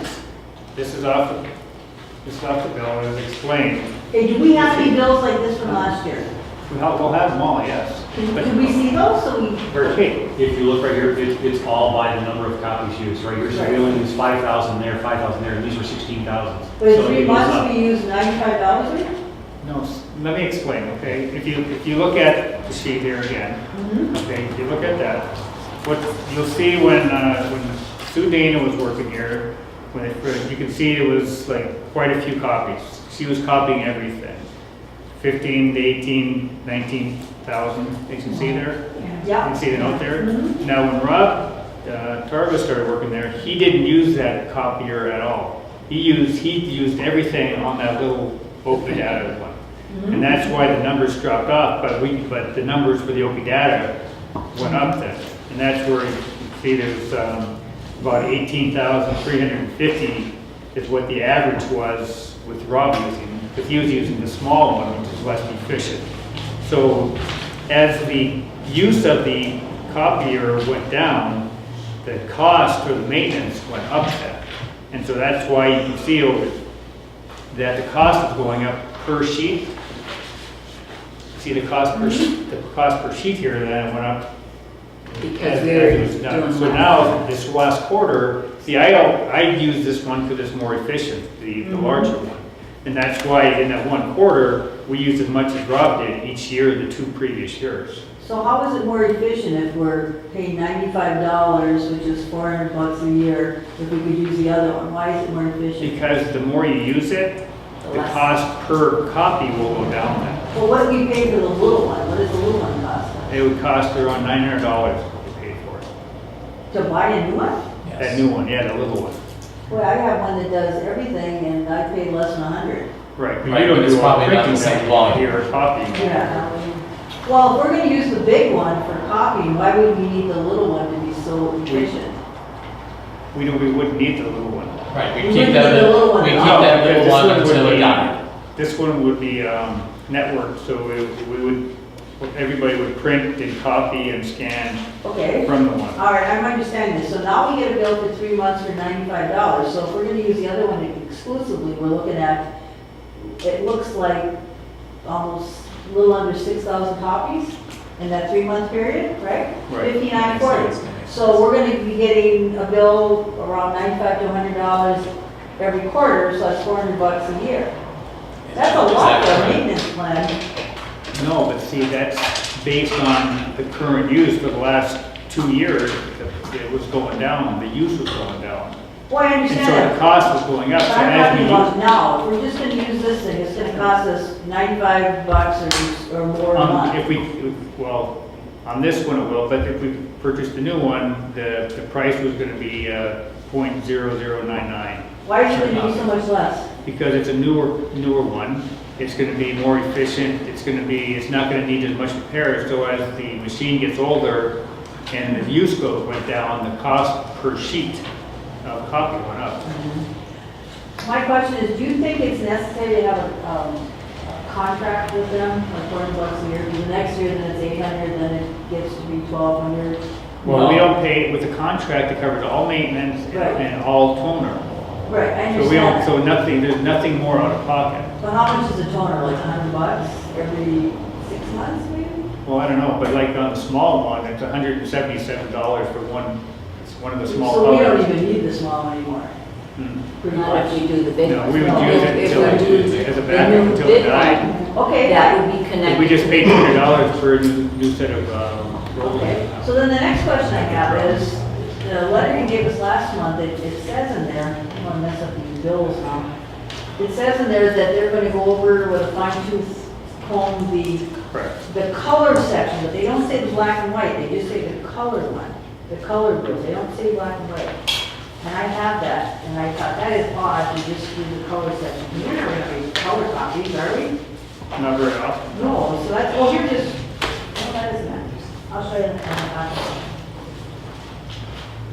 If I can find But remember, it's gonna be other Okay, here's what it complete says. maintenance. Right, it says, we will be going through the machine from stem to stern and cleaning it. We will be replacing the drive motor, paper feed tires, and all the drums and developers on the color side before placing with whomever. So it doesn't say they're doing the black and white side, it says they're doing the color side. Mhm. So can we make sure if we buy this thing that they're gonna do the black and white side as well? Because that's the side that I'm sure was used by the city of Hancock continuously. Here, I'll let you. Oh, I understand, I got Yeah, the email. I just found that odd that they were gonna, I can ask do all him the why junk he, and I stuff can on ask the him why color he's side. doing that, why he's saying that they're not doing, because I'm not sure about what the deal is with the black and white. yeah, I mean, it should be the whole machine, you know. Right, but not just- they're gonna still guarantee everything, and it's still gonna be nothing out of pocket, so. Again, if you have a maintenance problem, Whether they- maintenance, if there's something wrong with the black and white, they still have to replace the parts, do the labor, and it's all covered by, so it's in their interest So to make it's sure gonna it's be about working. $400 a year, Well, no. maybe a little less, depending on how many copies we make, because we're not gonna use that thing anymore. You know, the copies are gonna go up pretty much, right? Based on if it's the .0099, based on the amount of copies that we use, again, it should be about $240 a year For then. you. Based on the information I provided as far as Right. what we'd use with the other copy. Now, this is historical data. Now, Right. obviously, we used about, 6,000 this last quarter, so if that's times 4, that's 24,000, so it's about $240 what the maintenance would cost for Okay. the year. Now, it does not have a fax on it, is that a big deal? No, that one does not have a fax. He said if he could find a fax card to put in it, that he would give one to us, but if you want to buy one, Yeah, tell me he has to do that, or we're not interested. well, if you want to buy one, it costs about $500 to $600 for, or you can pay, $50 for this little fax machine for as much as you use it. Does the OPM, that would be our backup, which we're gonna gain quite a bit because we're not using that, does that have a fax in it? It does, yeah. So we could use that as a We fax. can continue to use that for a fax, yeah. So I guess what I'm looking at here is, because I'm looking at all the copies that are made and they're working kind of good, do we wait until the thing, we can't get any parts anymore? Or do we make a decision tonight? Okay, we know we can't get parts, and that was one of the things we discussed in After finance. December. We can let it go until it finally dies, and then hope that there's a machine available at that time that fits our needs. I mean, so it's a question of you like certainty or uncertainty. Now, have we looked into leasing? 'Cause I noticed that if Yeah. you spend over, the machine's over $3,000, we can lease it. What's an average, like say a machine was $3,500, it was $3,500. Did you look into leasing? How much would it be Did- leased? I think we said that, talked about that the last time. The maximum, you have to pay at least $3,000 for a machine before they'd be able to lease it. So the machine has to have a value, Value. a sales price of So what would we $3,000. pay per month if we leased a machine that was worth $3,000 or more? What would it cost us? He said that, when I talked with Chris Sands, he said that it would be cheaper, instead of leasing it, to go and I'm not sure what the deal is, to go to a bank and actually work out a deal for the bank. Finance it. Because, if we But can that's- lease one for, half of what we pay on a maintenance fee might be a good deal. I mean, I don't know, I just would like to know what a lease would cost.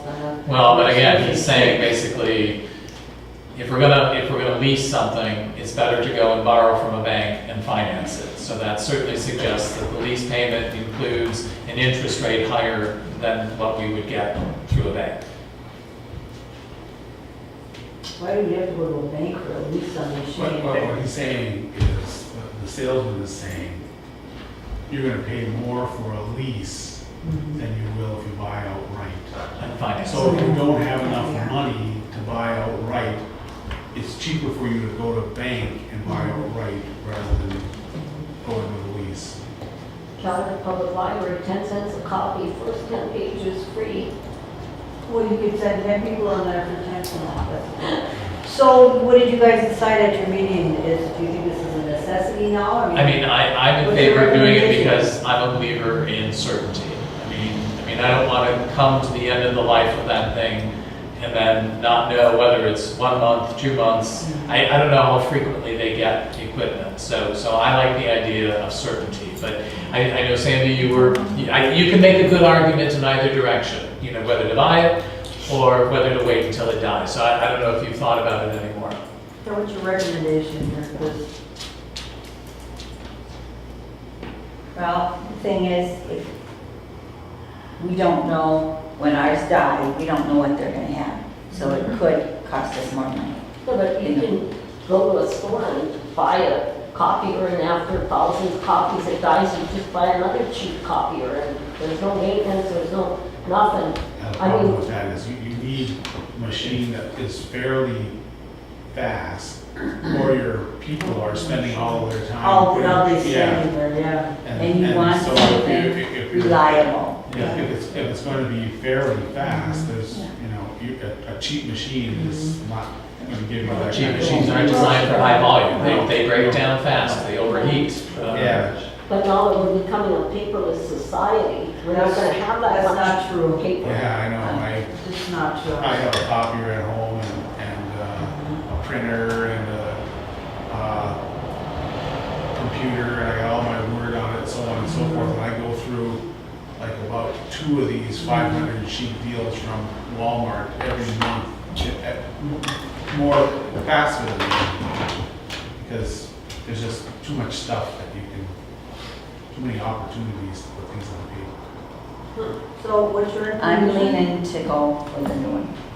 Can we ask them Newer because one. we still think our other one has a little bit of lead? Can you ask them that council would like them to put that chip in there for the fax? Because, see if they'll do it, because we've been good patrons of theirs. If they would put a fax in it? Yeah, you said there's a chip they can put in it? There's yeah, but it's like, if he could find one, he said he would, and currently he doesn't, but if we couldn't find one, we wanted to pay for one, it was like $500 or $600. No, we don't want to pay for it, we Right. want them to put something in. But No, you no, just say we can use the small one for the fax. Right. We can continue to use that one as a fax machine, and if that one dies, then we can, like, the fire department got one for like $100, so. Yeah, you can get them for So we can $100. get a fax machine that, for as much as we use it, is very low. Does this thing have any value? Like, can we, get rid of it somehow? Does it have any value to anybody? They take it back, right? I mean, They take it back? Yeah, I'm sure you take it back. The problem is if we say, oh, like somebody had suggested maybe we give it to the theater, but the theater gets it, but it has no support, and if it breaks down, now they just got a big chunk of it.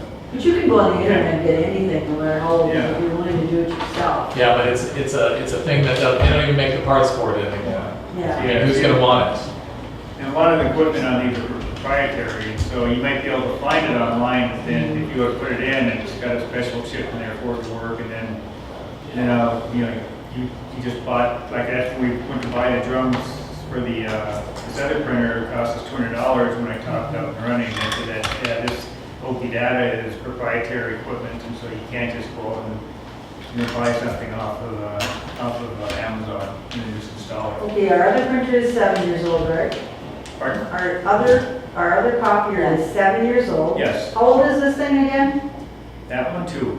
2. So are they? No, this one is 9 years old. Right. We had it- Nine years old. We had it for 7 7 years. Okay, so that's Have 9 it. years old, and this new one is 2 years old. Correct. So you should ask them too, is there a chance that they're gonna like discontinue this and we're not gonna be able to get anything for it? It's, Sooner or later. there's- But I mean, it's not gonna happen like in a couple of years or anything.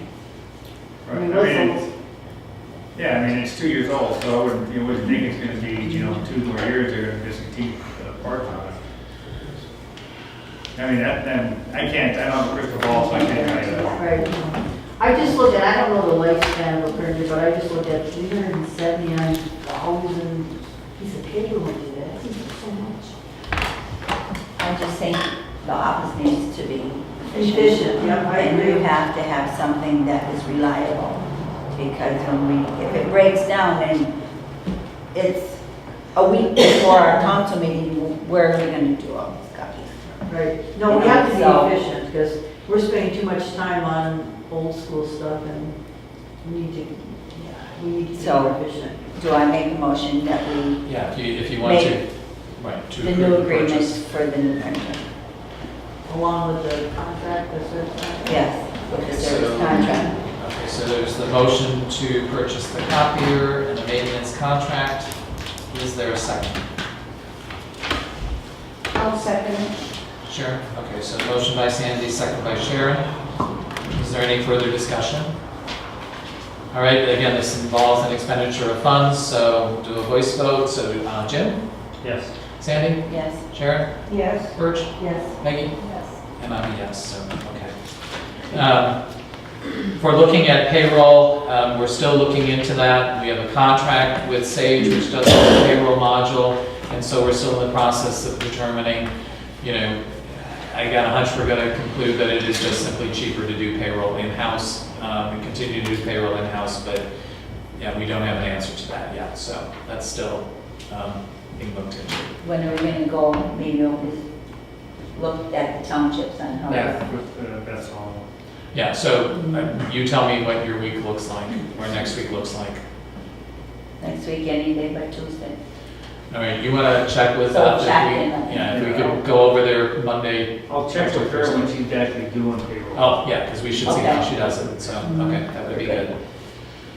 But my understanding is we do everything else on this stage, right? Right, yes, that is But our payroll, ledger. is that complicated that you? That's what we're gonna find out. We don't know. Yeah, that's what we're gonna find out. What complicates our payroll is the fact that you have to be able to split it into the different funds. So especially with Public Works, you have to be able to make sure that expenses go into Major Street, Local Street, you know, wherever they belong. So that's why we have to see it being used. Payroll involves major and minor streets. Yep, Oh, yeah. yep. Yeah, I mean, the people in the street department have to write down, if you use a piece of equipment, where you use it, same with your hours. Did you do work on a major street or on a local street? So that's, yeah, so, you know, or again, I mean, there may be other funds that have to be charged if yeah. So anyways, yeah, so if we could arrange to meet with Beth is the next time she's doing payroll, that would be great, so. Okay, that's it for finance, so is there a motion to accept the finance committee report? I'll make that motion. Okay, Verge. All right, is there a second? I'll second. Jim? Okay, so motion Did you by look Verge, into- I'm sorry? Did you look into Rob Remley's salary? I think that's personnel. I mean, I don't, maybe Finance committee we did not discuss that. that at We put finance. that last month. Yeah. But it's not the minutes, that's why we're gonna go over our minutes, because according It to was in this. last month, it was in last month's No, but minutes. We did it's not retroactive to May. It doesn't say that. No, he got his pay raise as of the next pay day. Okay, I'll just. Not backwards from when he received the increase, that's when it started. He thought it was on the anniversary date. No, it was the day that we gave him his raise. Okay, that is in there. Yeah, well, the way it's worded in here, But it talks about him Is getting. he his- getting 500 for medical? Well, I'll read it to you, it says Rob Tyrus is not. Remley. Excuse my Freudian slip here. Rob Remley is now a full-time employee, needs to research pay and medical benefits, suggest a pay raise of $50 to $15 an hour and 500 stipend for medical coverage, and is in the budget for fringes. Trustee Boyers suggested add the 500 a month for just medical, and if it is in the group coverage plan, we'll lose the 500. That's going to move us. But then what we did was trustee Camp motioned the committee report. Like it should be accepted, and I second the motion. So trustee Johnson motioned the change in medical, and trustee Neuer second. It doesn't, so we, So the roll call is the vote. When they say, well, roll call vote. right, it says roll call vote, but it just says here that he made a motion to accept the committee report, which I guess includes that. So, but he's aware of everything? Yeah. Okay, and But, the office is if aware you of look, it? Yes, because Corinne called me about when Yeah, the okay. raise started. So that's the recommendation of the committee. Right, but then. But then we turned around and did a vote to Yeah. approve it. Okay, it We doesn't. recommended the Yeah, and I believe we did. committee Yeah. report, then we recommended his raise and the Okay, stipend it's towards not. the medical. Yeah. Okay. All right, so we have a motion to accept the finance committee I report. have one more question Oh, sorry, about sure. finance. My question is, months back, we made a motion to increase Mr. Snow's pay when Kareem went to part-time with the stipulation that he gets half of her duties. I'd like to know when that started. When did your pay increase start? When did her, your pay increase start?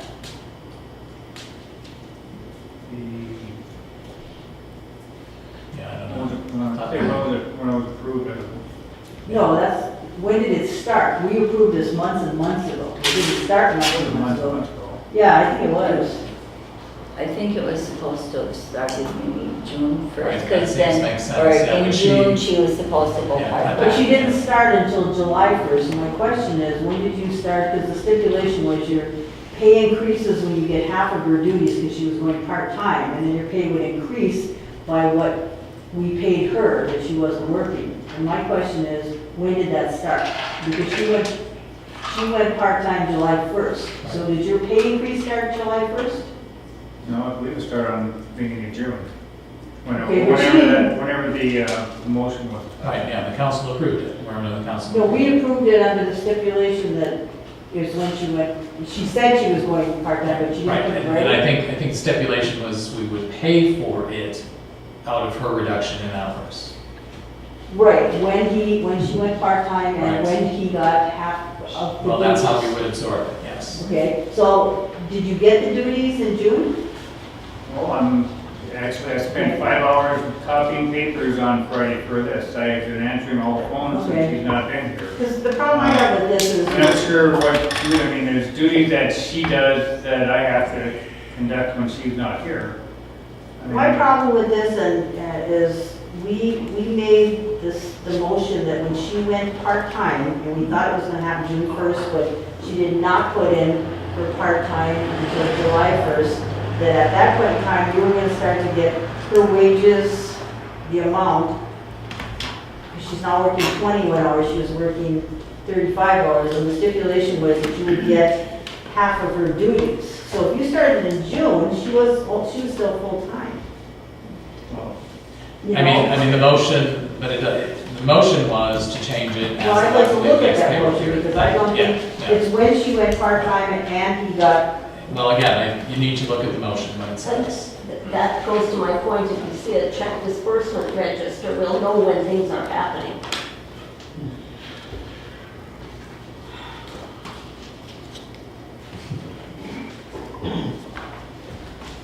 So, I mean, we'll review, we'll see. well, you know, if we're gonna go our way to make arrangements and do the right thing, you know, we've got to follow the requirements of what that right thing is, okay? Common sense tells me that if the person is not part-time yet, you don't start collecting that person's salary, because that's, Well, and again, that was not what we discussed.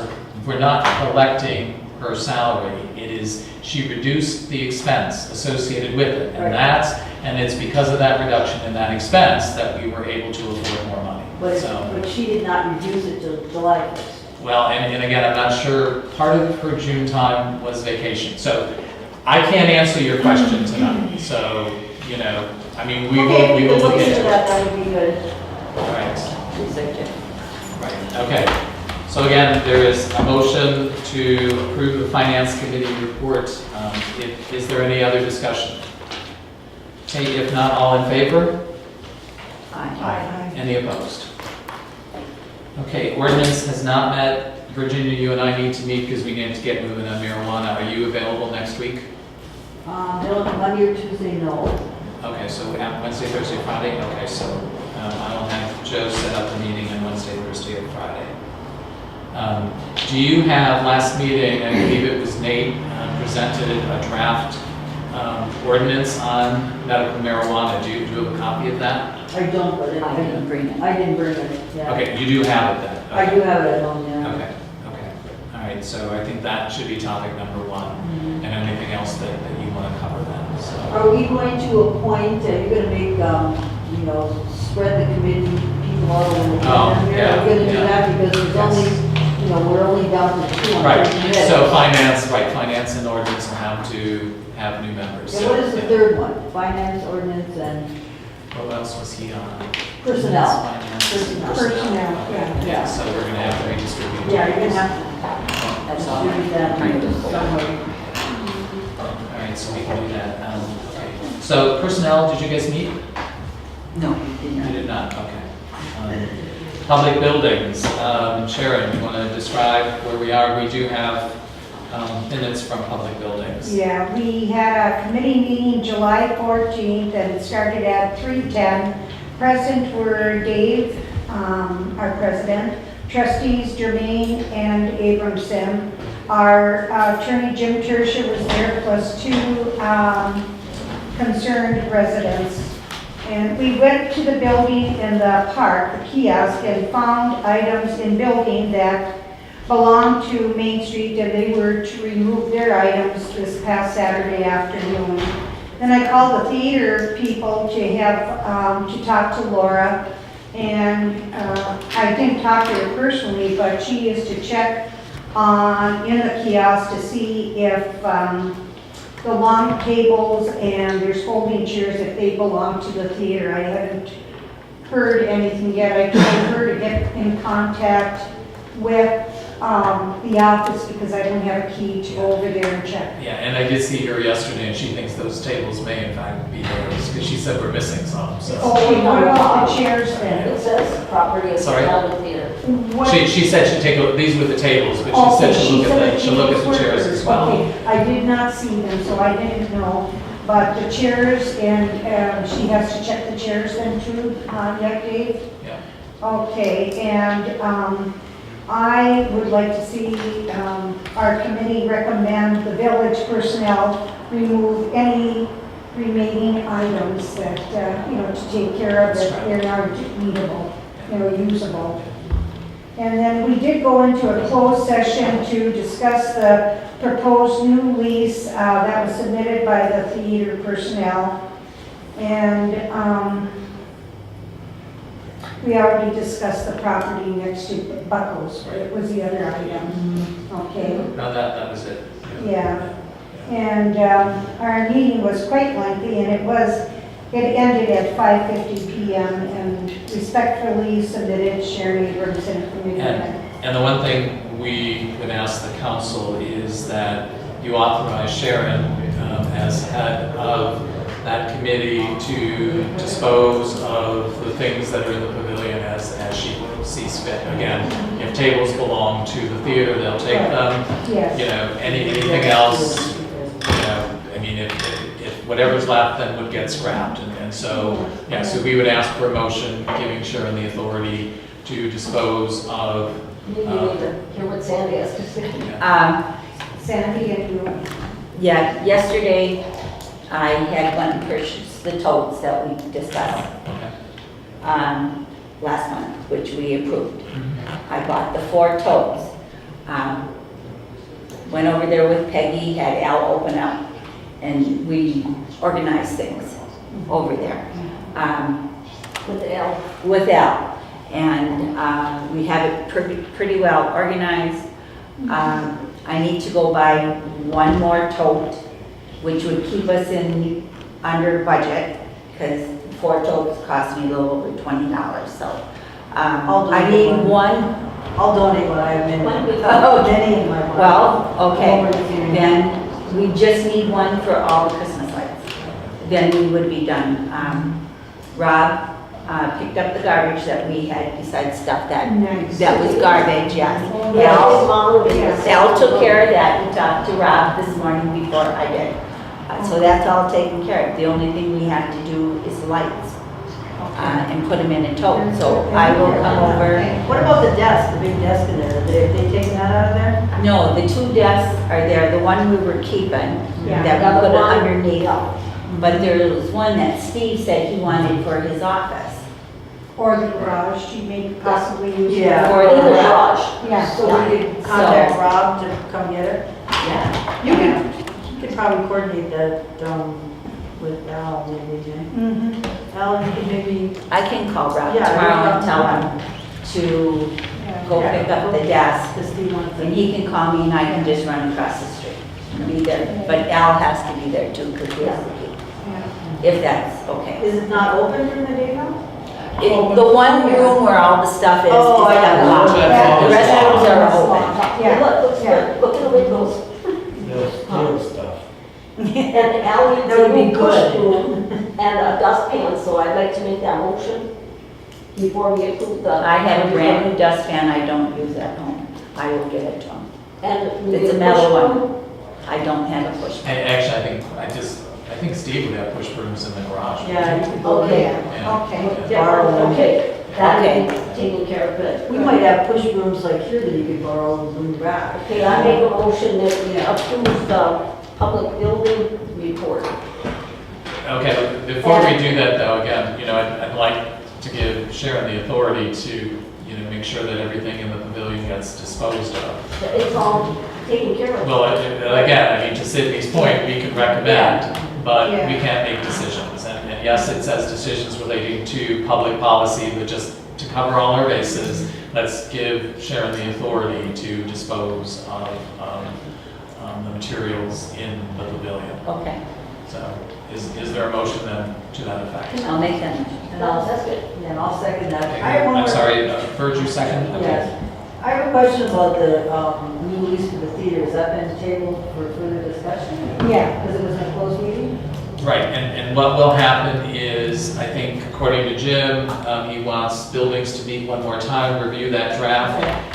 If we're satisfied with the draft, and then there would be a session of the council, and you would be presented with the draft of the lease as written up by the theater, and then the draft as recommended by the But buildings. since times are wasting, could we Right. sit down with the No, theater group and We said we have to do and it. us? I think, Jim, why don't you rock us Well, through the this? journey said, My thought is, we've got a potential response to the theater. So that response meets their draft, what they're looking for. So it establishes where the village stands and where the theater group stands. So that's our starting point.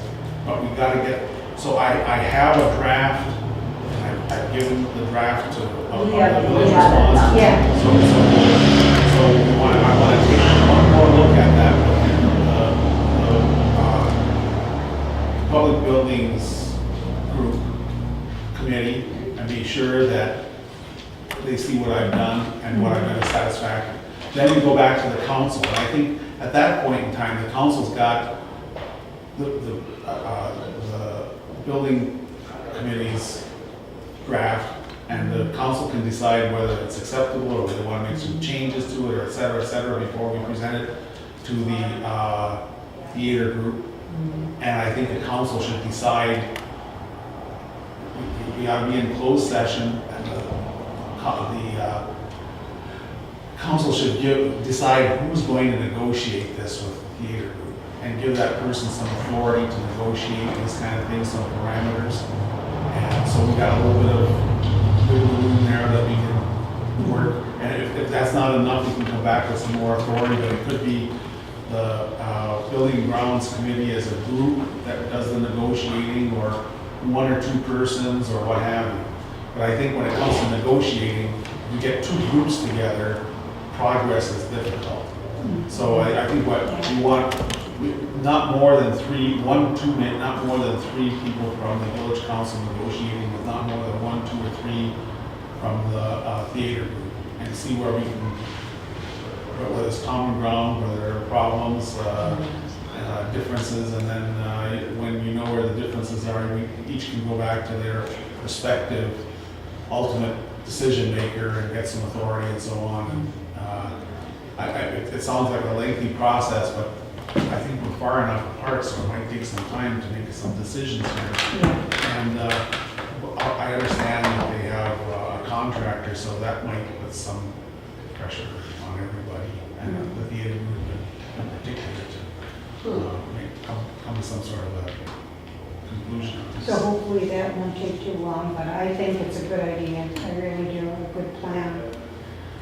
And we probably should have another buildings committee meeting soon. Right, yes. Yeah. And when are we scheduled to meet next? You know, Well, if the sooner we have another one, we're scheduled, always the first of the, but if we could have one soon. Yeah, I think there should be soon. I really do think we should have one. Next week, I've Yeah. got some time on Friday. Is Yeah. Friday too soon? Friday. This Friday? Why is it Yeah. this one? Is that too, because I know you have my family in children town, are so. coming there Wednesday, Thursday, Friday. Well, he only wants over the three people. weekend, yeah. Well, that's a. If it's a committee. Yeah, Oh, yeah. I've got Friday, I've got Tuesday afternoon, Tuesday. or next week. We're next week. Yeah, about 4 or 5 weeks ago. I'm not on I that bought committee, two so- geo tours from Michigan Tech, Okay. Monday and Wednesday of next week. And then Tuesday morning, I've got to be in Houghton for a meeting, but Tuesday afternoon, I've got free. Okay, so no more this week then, Jim, huh? Or Friday this week. What do you think for My picnic? granddaughters are coming, Jasper and Well, Randy. mine will be here, but still, this is important. Could you do it earlier? Like, when are your kids coming? Tomorrow, Tomorrow is. oh, they're Wednesday, coming tomorrow. yeah. Oh, they'll be here. that's why I Well, just. mine are gonna be Get here it too, to Sunday. Well, whatever is the best for everybody. I'm willing to take time to get on this right away. Well, we have to read it, so I'd say Tuesday would give us time to review it before we meet with, Jim, Tuesday at 1? Would that work? That's fine. I think a quarter after 1, so I have plenty of time to get back up from Houghton. I'm meeting at 10:30. 1:30, would that be better, so you, But 1:30 is fine too. Okay. Yeah. 1:30 on, what's the And, date? you know, 25th? And I should say, I think we've gone over this territory pretty well. Yeah. So I don't think it should take us a long time, but hey, I know, whenever you're dealing with a group, predicting the amount of time is, Yeah. Who else problematic. is on that committee besides you two? David. David. Hey, Peggy, So, and Peggy, Sharon. 1:30. Yeah, Here. 1:30. Yeah. Yeah. Okay, then we still have a motion to authorize Sharon to dispose of the things in the pavilion, haven't voted on that yet, so if there's no further discussion on that issue, all in favor? Aye. Any opposed? Okay. Anything else on public buildings? I That's don't it? think there's anything else right Okay. The only thing that we addressed, and that was with the street committee, because of, the village owns land. Jim compiled a list of all the properties that are owned by the village, because the main concern was, like, for instance, the lot that's up from James that we own 48 feet. When we were talking to Jane about buying a lot next to her, she brought up a very valid point that she said, you have such concerns over what I'm gonna do, but for years and years, the village has not cut the grass, picked up the garbage, done anything. So that's how we got on the subject. It's like, what do we own? And we own that 48 feet on the very end there, and, On the very end of the street. There are two properties mid-block, like So I I- said. And I think they were acquired Tax. October of last year. Right. Yeah. Something like that, But, yeah. but we've already been through this, let's see, where are we here? We've already been through, well, we're gonna get to streets. So I guess we can talk I about. mean, he's that's, got a yeah, list. that's, I was gonna say, that's appropriate. The buildings and, but he was gonna compile a list of what we own, so we can be good stewards, because we have this blight ordinance, and we should be in compliance as well. That's how we got on the subject. When you've got a list, He's got it. if you've got any questions about any of the parcels on the list, I can do a title search at the county courthouse and clarify. If you have questions about any parcels whatsoever, give me the descriptions from the tax bills or wherever, and I'll spend some time. and- Okay. and Jim's got, he was kind enough to do that, so he's. Yeah. Well, I took it right off the description. Yeah. And it's listed as property owner as the village of Calumet. And then they include like this building and buildings that are, obviously we're using, but it also includes every single property that's in our name. Well, I can only search real estate. It is real estate. Okay, so. It's all real estate. So on Art's behalf, Art, if you're waiting to hear an answer from us? No, Oh, okay, I didn't know if you were or no, I'm what. just sitting here listening when I can listen in between the show, that's all. Oh, Nothing important on my part, thank you. okay, no, I didn't know if you were waiting for an answer on the theater. No, Okay, I didn't want to just no, have you no, waiting. thank you. Okay, Art. All right, and then is there a motion then to accept the public buildings report? I made that motion. Peggy? Okay, is there a second? I'll second that. Burge? All right, so there is a motion made by Peggy, seconded by Burge to accept the public buildings report. All in favor? Aye. Any opposed? Next, public safety. Do you want Joel to go first? Do you want to talk as a committee first? Do you want Keith to go first? How do you guys want to manage it? He's first, but. All right, so we can Public go home. safety committee wants to start. All right, Joel, do you want? Joe, Purge, fire away. no, I'll start with what we So, talked. Virgil, are you speaking for the committee then, or? I'm gonna read my committee report, Okay. and we're gonna call on Joe. Okay. We're gonna go that way. Okay. Okay, on the 11th of July at noon, trustees Dwyer, Johnson, and Camps met, and we had 4 members of the fire department here as well as concerns. We had 2 members of the public. There was some public comments, but then we heard comment from Fire Chief Calcett. He addressed us with concerns about the future of the fire department as well as department funds, because they were very, very concerned. There was a ton of rumors going around. I thought it was worth talking to them because they took off from their legitimate jobs to come and sit in that audience. So I don't know, I had heard some rumors as well. They were very concerned that we were going to get rid of the fire department. We were going to do things. We were doing all kinds of things which, concerned me because they need to be included, anytime we talk about those kind of things. So Joe can elaborate on that more because he was the one that was here. We had Chief Calcett, we had Joe as a member, we had Mark Bonfont, and we had Timmy Dastridge here. They were all here on their own time with, serious concerns about what are we doing. And we were not doing anything that we were aware of, so we wanted to verbalize that. Okay, then after we talked to the fire department, we talked to, Chief Anderson reported that the new locks that we approved have been installed in the department, and, when you go out the door locks behind. Part-time officers were also discussed. We have a new part-time officer, Angela Miles, and Chief Anderson is hoping that she'll provide 12 to 15 8-hour shifts a month. She does work part-time for other jurisdictions, but she's trying, she's taking as much shifts as she can. Then we also have Bobby Harry, who's going to be a part-time officer too. He does have a full job at Michigan Tech, so he's going to try to do 3 8-hour shifts. Also, during that discussion, it was discussed that Officer Thornton has requested the months of June and July off. So that's what we heard from our chief. And then our chief verbalized to us that a grant was applied for, a 50-50 grant was applied for to cover the cost of a vest. That's a safety issue. We don't know if we're going to get it or not, so he'll give us a status on that. Also, he's looking to install an LED light on the outside of the department. Now, if you've ever been in that department at night, you've got 2 doors, and you're lit up inside, and you cannot see who's at the bottom of the stairs. You can't see. It's a safety issue. There should be a light out there so you can see who's standing at the door. So he's requesting, he's got a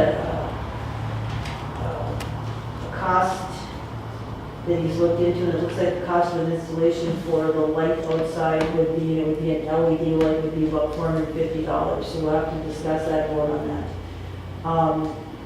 He's also verbalized to us that the department is very busy. Part-timers are occasional. And I want to stress too, when you get called out on a complaint, it isn't just going to the complaint, it's following up on it, it's investigating, it's interviewing, it's doing paperwork. Sometimes you have to go to court. It's a lot of follow through, and he's trying to get as much coverage as he can so he can do all those steps to make things right. And then on this last Thursday, July 13th, Chief Anderson was made aware of a no-match grant. Now, I talked to him, he called me, and he wanted to try to write the grant, apply for the grant. There's no match whatsoever. It has to do with involving juveniles in our community. I told him it has to be in this grant has to be in by Thursday the 20th at 3 p.m. Okay, I worked many hours with him in his office today trying to get this thing written. There's going to be more hours involved. Now, I'm looking at it as, are we going to be successful? Maybe not. but it'll be a learning experience. I think it's something we should do, because we could get lucky and get this grant. He'll give you the specifics on it. I think you've settled on a number. The amount of the grant goes anywhere from $25,000 to $150,000. Yeah, play with some of those numbers or use some, because Yeah. some other stipulations if you're in excess of 50,000. Yeah. Is that $25 to $150,000? 25. 25,000 too, yeah. That's Yeah. the minimum if you, Right, that's if the you, minimum. if you're He'll requiring. explain more about it. So, you know, if it's no match and we can, you know, do this grant, if you could possibly get it, which is sort of kind of, you know, maybe not gonna happen, but if you did get it, it would be enough money that we could possibly hire a second officer to work what we said we're gonna do in this grant, and he would be working on a, you know, on a grant basis only, and the grant would cover all expenses to the officer, and would help out our chief tremendously as well. Because that officer would be available, you know, for other complaints as well. So that would be awesome if we could get it, but right now we're looking at it as a, you know, as a learning experience. He also talked to us about he had to contact the health department about health and safety issues outside the building on 110 Fifth Street. Have you heard back from the fire? 114, okay. 114 Fifth Street, because he thought it was a health and safety issue. He can address that if there's been any follow-up from the health department, things like that. And we adjourn the meeting at 2 p.m. All right, so first thing you need is a motion to approve the installation of the elected light, yes. purchase and installation. Yes, we desperately need a layout here for safety reasons. Okay, I so got a quote on in my email from the same people that did the door lock. So basically, I just had three, one for a door, like obviously a more secure door than our Mickey Mouse thing we got in existence there. One for light, one for door lock. So we got three different prices. We're starting with the cheapest, moving on towards the expensive. So Right. I guess that's been our game plan at this point. And the light is next on our list.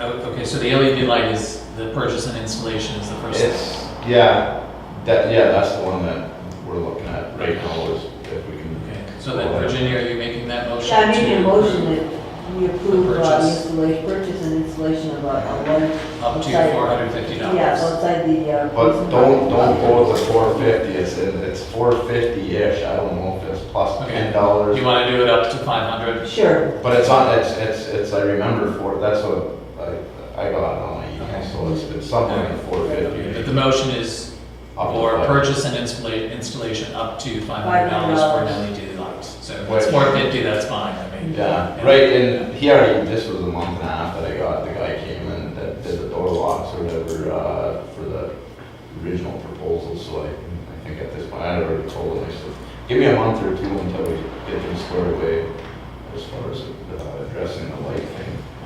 Okay. All right, so there's a motion made, is there a second? I'll second it. Okay, so Sharon? Okay, so Verge made the motion, Sharon has seconded for the purchase of an LED light. Is there any further discussion?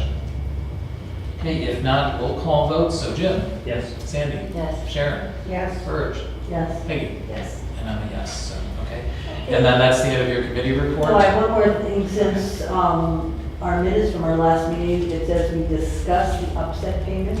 I'd like to make a motion, we had discussed 517, 1,018, 1,519. I'm just making a proposal that, you know, upset is very helpful to this community, and we need to make some kind of a commitment to, you know, fund it. Almost every other jurisdiction has been funding upset.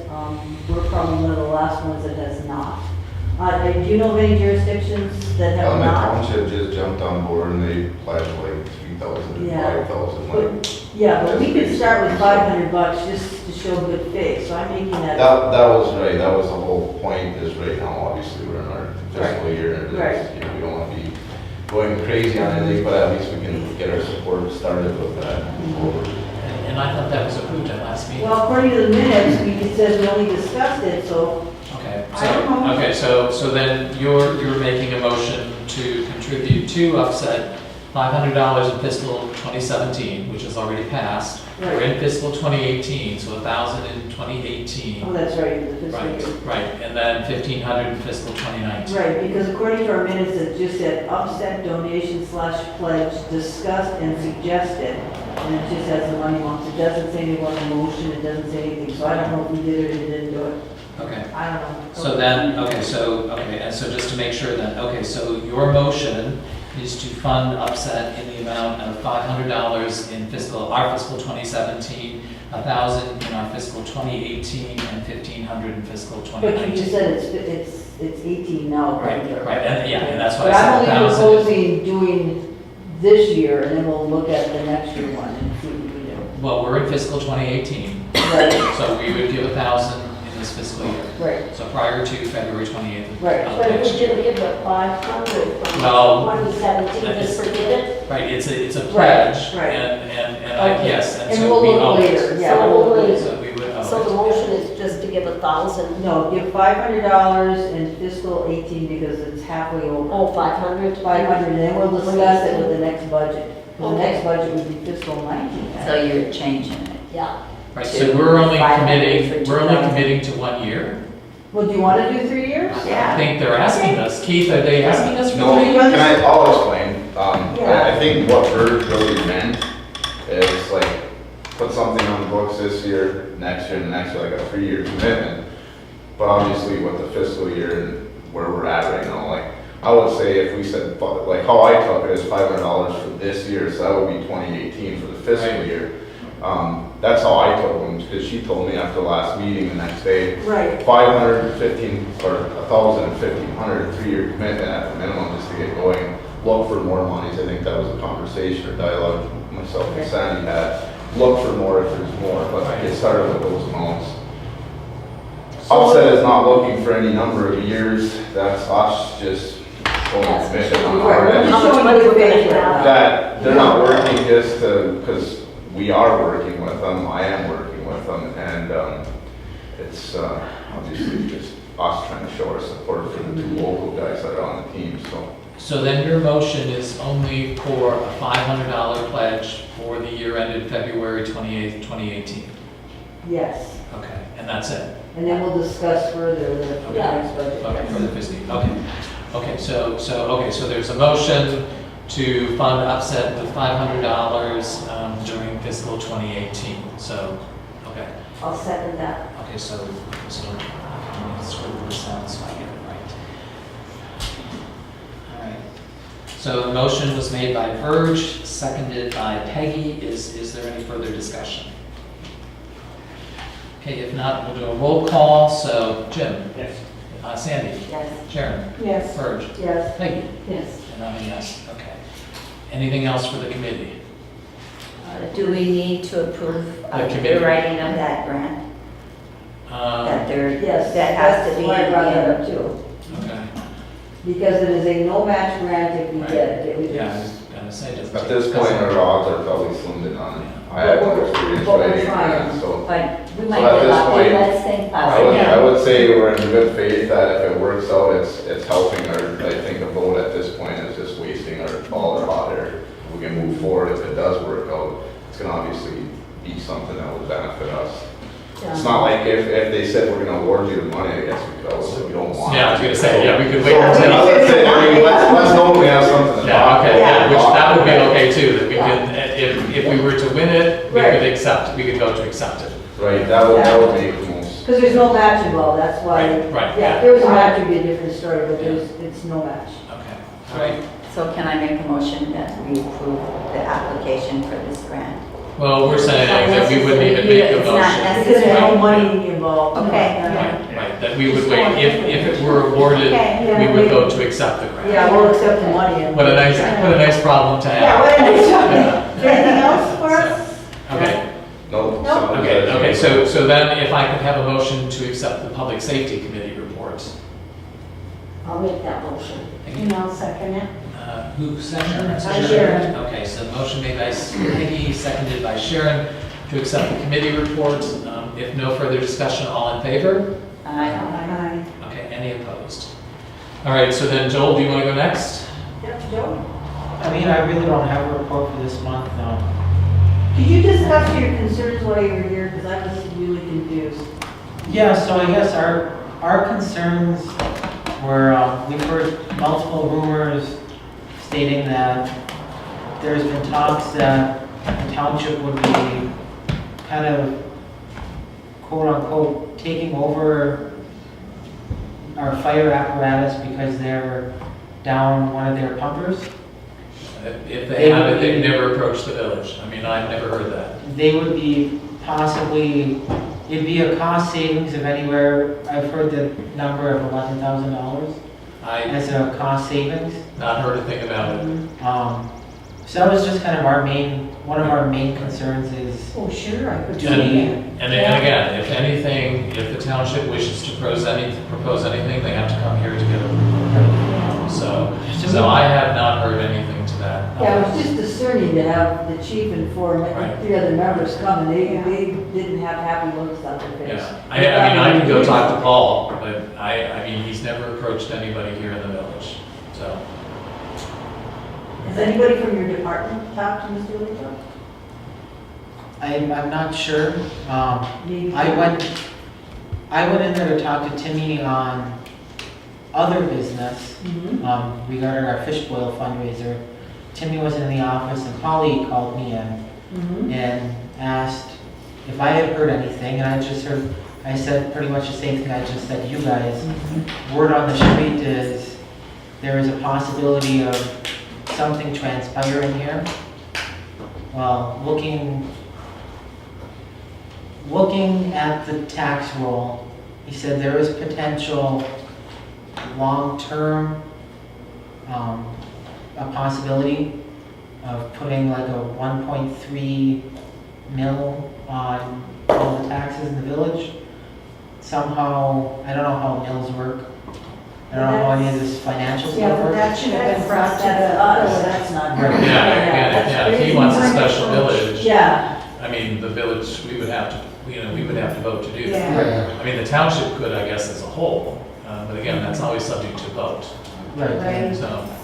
I don't know if Joe's heard any other numbers or whatnot, but I don't quite understand.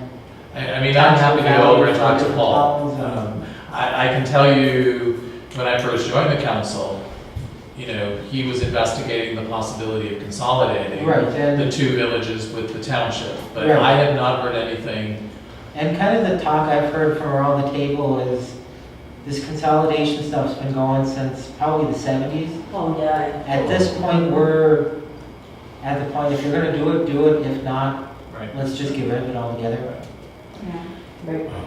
But again, I'm more than glad to ask Paul, because I have not heard a thing. It would be nice to ask him, because if you have more people here, there was some credence to the rumors to have them appear. Well, especially when it's that specific. Yeah, Then exactly. I'm like, where are those numbers Yeah. coming from? Yeah. Exactly. You know, you So would be I- included on any talk that we have. you know. I'm glad to follow up with Paul and But ask. maybe this will because- make us have better communication with the whole department. Since we're on the same subject, and I'm allowed to interrupt. Yeah, that's fine. If you're gonna talk to Paul, I've had 2 conversations. The township was looking at donating $10,000 to the police department. Really? I've had 2 conversations, but I think there needs some follow-up with that as well. I haven't talked with Paul. And that's not a promise, that's not a 100% promise on the amount of money. It's just been brought up that that's something he might have available, and I think it would be pertinent at this point for maybe you to be able to move forward with that conversation. I mean, would that entail more? Obviously, it's, Patrolling in the nothing's township, free, or- so, yeah, correct. I mean, we already use, 3 Right. pumps of checks. This would probably, I'm guessing there would be an expansion of what we're already doing for them. Like I say, nothing's Well, free, that definitely needs. but that's, Well, it's 6,000 now, right? Yeah. You I said? don't know what the numbers are. Yeah, I heard the number 6, and it could go up to 10. Because, you know, they do have a depot now, you know, that needs to be looked at. That's the township property. So this would just be an increase from Yeah. where we are right now, not an Right. additional 10. I guess, I don't even want to quote my, Okay. I would just say, Let me follow up. I would just say the conversation should, be looked into. Okay, let me The follow up. conversation should just, follow up on your end, I think. at this Okay, point. okay, I can do that for next month. Okay, so no formal fire. Especially with our historic buildings, we like you real close to us, so. Okay, so no formal fire report. So we do have a summary of police. Do you want to add anything to this? Not at this point, no. Okay, okay. If there are any additional questions, then we do have a police department report, so I guess I would ask for a motion to accept the police department report. I'll make that motion. Okay, Sandy, is there a second? I'll second. Jim? Okay, so there's a motion made by Sandy, seconded by Jim. If there's no further discussion, all in favor? Aye. Any opposed? Okay, sanitation. We did meet on July 14th at 2 p.m., present for Jermaine, myself, and Richard, and one member of the public. I had looked at the tax bills that had went out in the total summary. It was just over $22,000, which puts us right on budget if we collect all the monies through the current taxes that were billed out. Waste management, I looked into the fees that they are charges. They're charging us $5.75 per customer in 17, $6.50 in 18, and it'll increase 3% in 19 and 20, and it's going to be a $65 ton fee for the tippage plus their gas surcharge and all that. Currently, I got with the office, we're currently billing, as what they were saying, is 142 customers. We really need to sit down and do a little more address by address basis because we're thinking it should be closer to 200 per the last council's looking at. We had the receipts, there were about 30 agent accounts that are not current. There were no agent accounts receivables added to the tax rolls in 2017, so we won't get extra funds that way. We still need to look at redoing ordinance 132 for several reasons. We have the ordinance on that, and we adjourned it 240. I have a question for you. Sure. I know there was an issue when I was not a council member, but I listened to it in the audience, and the issue that came up was that we were sending out at the time, I want to say the number of 220-something bills, but Waste Management was charging us for more than 400 customers. That is correct. So how many, so right now we're sending out 142 I was told bills. 2 different times, it's about 140. I counted on the sheet that I had, it's 142, so it's 140-ish. Okay. We're thinking billable customers, by looking at maps and a few other things, should be closer to 200, as much as 225 or 250. So what do we actually pay for every month? How many customers? Because it was 400 and, we still pay that Oh, yeah. 400? That's outrageous. But That's absolutely outrageous. except back in January, Rob Tarvis and a employee from Waste Management went around and said, well, it was last June. It's they been a could- year. they couldn't figure out which houses were vacant and that, and they thought, well, if the rates went up, instead of 200 at $3, But it is now 575 it'll paid. break down, it was just, they couldn't figure it out, so they said, leave it alone. I have vaguest recollections about this, but Waste Management, in its mind, felt that it was giving the village of Calumet a real break because there had been no per customer increase for a long, long time. And Hope and Hancock were up much higher. Well, actually, Hope was up much higher. I think Hancock wasn't. Hancock was looking for a waste disposal company at the time, and they had bids out. They were looking for bids from 3 different, including Waste Management, and they got a bid from Waste Management eventually.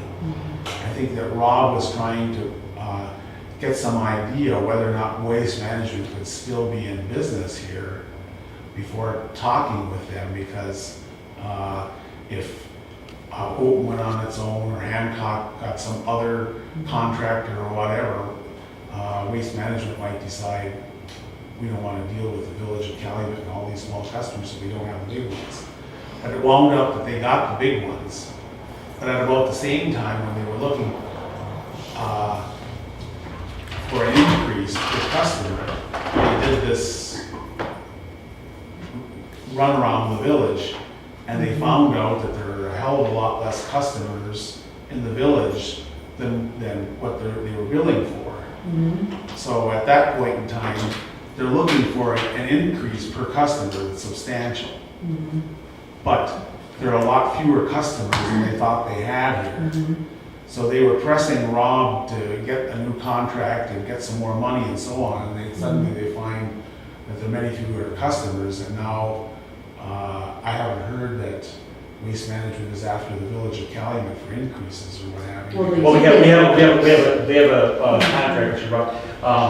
You're right, Jim, and you were at that one meeting when they were here and everything. I've looked into what Hogan Hancock is actually paying Waste Management, and they are substantially more per customer than what we are paying. We're getting rate, and their tip rate is higher too, per ton. So we're actually getting a good rate, even though we're paying more, and it's a fixed cost up until 2020. We know what their costs are going to be, and right now, with everything going on with the mills and all that, we're pretty close. I mean, it's not a moneymaker for us, but we're pretty close, and we want to keep it as close as possible. We know what the costs are going to be. What we need to do is look at the customers that are falling through the cracks, that are getting service for free, if there's anything else we can do, and a few other things. But right now, it's a very fine tiptoe line. We're close. Right, but the only issue I have with this is they upped the rate per customer to $5.75. Now, what is total? Maybe $8 or $9 a customer? Okay. The only problem with that is it's really double of the $4.75 because we're billing 142 people and we're paying Waste Management every month for 400 plus people. So they said the minimum, really so I'm just realistically, we're really paying $10 or $11 per customer if you want, because we're paying double even though. I think you have to work the mathematics on it. Yeah, well, but we're saying no, 142 bills versus 445. okay, Virginia, they want us to be over $7 per customer and go by the water meters and be almost 500 customers. That's what they want. Should we get out of the garbage business and let them deal with me? Because I'll deal with them. I mean, what would be an easier fix? Is that a proposition, do you think, or? Well, we have to get rid of a couple ordinances and a few other things to do that, but what's going to happen for the customers if you decide to go out on your own and we scrap it, your rate's going to go through the ceiling. Like, what do you think it would be? You're probably going to pay more than $20 a month. So what Rob was thinking, because I mean, if you go on your own, you have employees, you're gonna have trucks, and I've got to have paperwork, and all the rest of it, it's going to cost a stack of money. I think what Rob felt that if the village of Lorien would pay attention, they could make a deal with the village of Calumet, and that would make some sense because it wouldn't be that many more customers than what they have over in Lorien. They could come up with some kind of a fair rate. Lorien would make some money on it. The only problem is Lorien doesn't have anything to do with the village of Calumet. It's my understanding too that the village of Lorien, you don't have the option of opting out of the garbage. You get a garbage bill, period. So that's not something you can do. Well, we don't opt out here unless you're a high volume commercial. We don't opt out here either. Yeah. I mean, well, people do opt out for garbage. Residential people do. There's people in the residence that don't have. They may not be paying, but they're being billed. No, they're being billed. No, I'm telling you, they're not. They're being. That's a lot. Yeah. Well.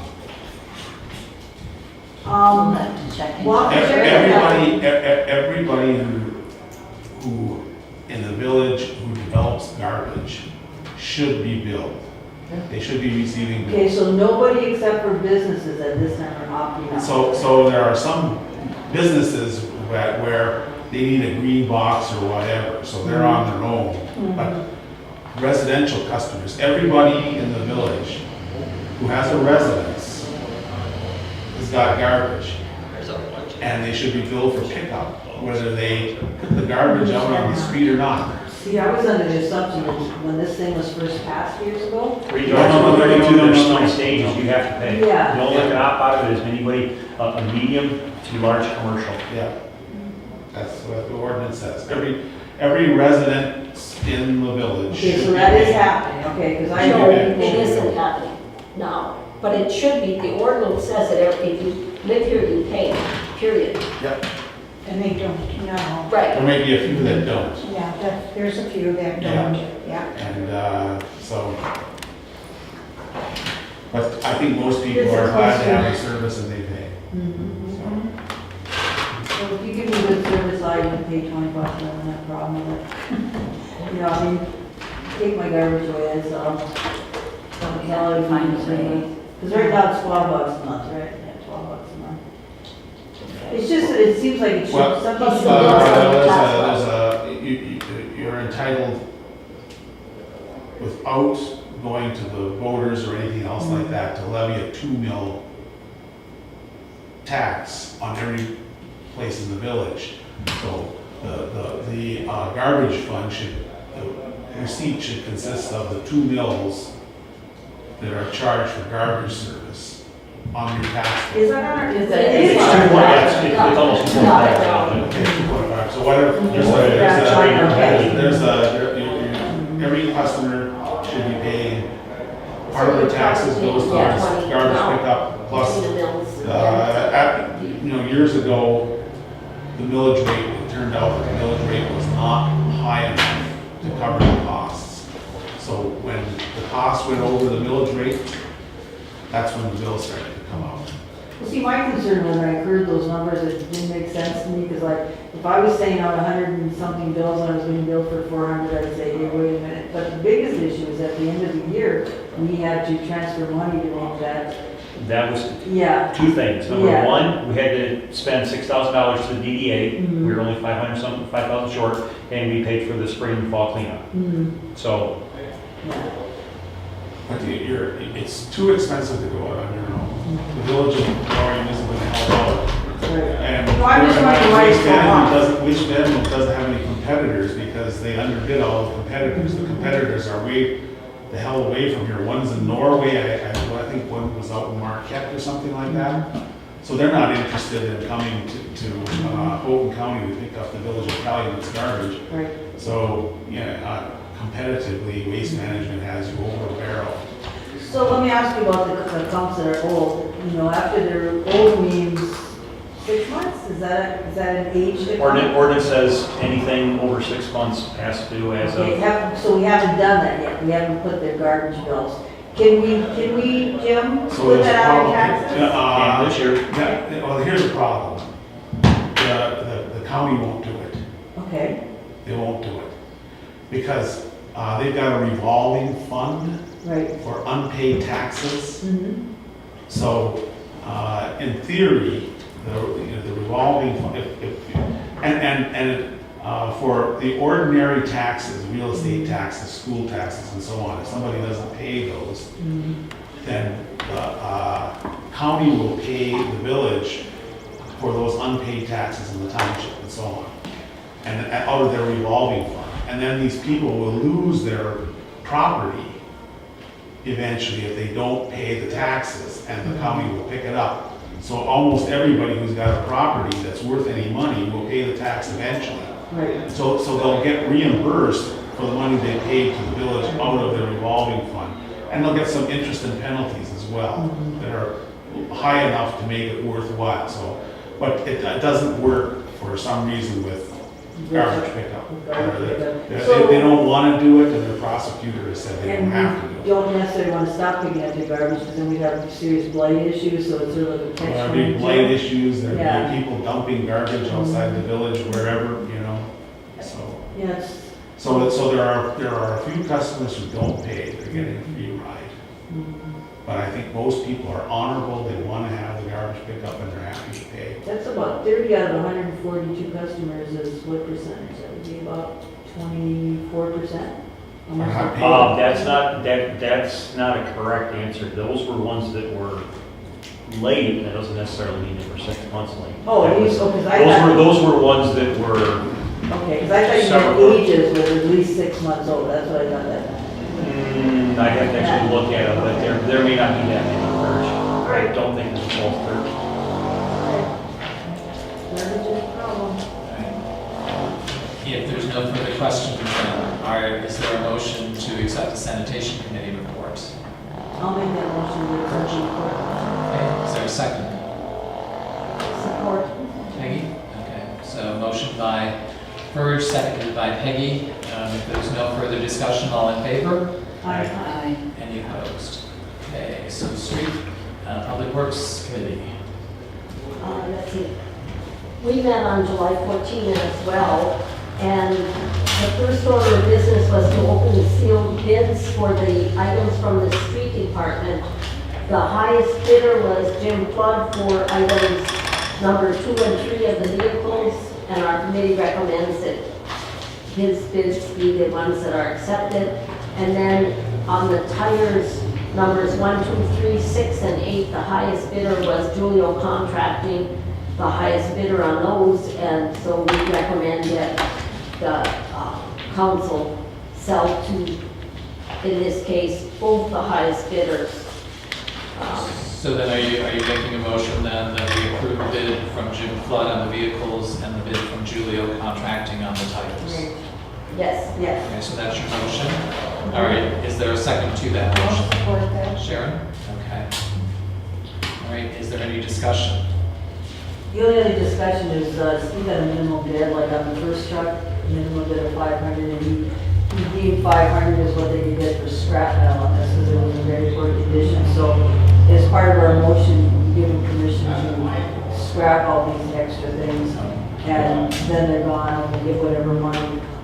There's another caveat to this. Okay, so Peggy, do you want to amend your motion then to allow Steve to scrap that one vehicle? Well, it's just where the motion is to sell the items to the highest okay. bidders. Okay. And we And scrap the rest for what we can get for the metal. Okay, so that's just your add. motion. Okay. So we seconded that? Motion made by Peggy, seconded by Sharon. Then there's one other issue here. My understanding is the money we get for these vehicles, and we're talking, I don't know if you've added it up, Peggy, but we're talking, I don't know, there's 2,000, maybe close to $2,500 that has to go into the general fund. Yeah, assets are owned by the general fund. Yeah, so, you know, if it has to go into the general fund, I would like to make a motion that I think this should be used for the street department, so I'd like to make a motion to, after we put this money. Public improvements. Yeah, let's take motions one at a time. Okay. Yeah, let's do it one at a time. Okay. Okay. So we do have a motion to accept the 2 highest bidders and then to scrap the remaining material. So is there any further discussion on that? Well, we have a motion, a second. Okay. Okay, so if there's no further discussion, then all in favor? Aye. Any opposed? Okay. Now, You could make that motion, but you don't want to talk about it. So go ahead. Well, it was our understanding that any money collected from the sale of the street department equipment had to go into the general fund or the way the statute is. So I'm making a motion that after this money is deposited into the general fund, whatever that amount is, and Peggy probably can tell us what it is, that money be transferred to the street department. Because it's, I consider. Well, them- because we can't, I think Jackie also would advise us how to put it in public improvements, I think, or another account. So, Why don't we have Joe talk with Jackie Alta, just to be sure that we don't, you know. Right. 'Cause there's- so Well, the motion is that the street department be able to use the proceeds somehow Right. by putting it in that General account. fund, because we still have the money for the scrap yet, that's an unknown thing right now. Yeah. So it could be as high as 3,000 or whatever, so whatever Jackie Alto says is the proper way to do it. because It the should funds just- would still have to go into the general fund first. Right, and then- first, and then transfer it out, yes. Wherever it's appropriate. Yeah, whatever is appropriate, because it should be street department money, not just general fund. Well, general fund paid for that equipment, not the street I understand. department. So, Yeah, and then they rent, that's why they keep track of the Right. municipal and, yeah. local. okay, so can you restate your motion, because I'm a little. I'm just used to it. To make it simple, we would like as a committee, we'd like to make a recommendation or proposal that Steve has available the amount of money we recoup from the equipment that he can use for repairs for equipment. Okay. Yeah. Okay, got it. Yeah. Okay, so, Yeah. okay. So the motion is that funds that we receive as a result of selling these things, okay, got it, okay, end up in the general fund, okay. or I'm sorry, well, General fund. they don't, okay, in their budget item in the general fund, because street Right. department is in the general fund. I mean, we're not putting it into major or local fund, it Right. stays in the general fund, but in terms of the budget, so you're basically, what you're amending the budget to give the street department these proceeds, so, okay? However, we have to, yeah. Okay, Yeah. so I essentially think she you're. said it could go into public improvements and Yeah, somehow. Jackie would know. Yeah. Well, and I can ask, but anyways, we ultimately want these funds to be included in the street department budget. Right. Because a few years from now, they'll be worth nothing. Right. So, okay, I got it. That Okay. was the first item then, Okay, so wait, okay, so Verge, you made that motion? yes. Okay, and who seconded it? I'll second. Okay, so Jim seconded it, okay. All right, so is there discussion on that motion? Okay, if there is not, then, I guess all in favor?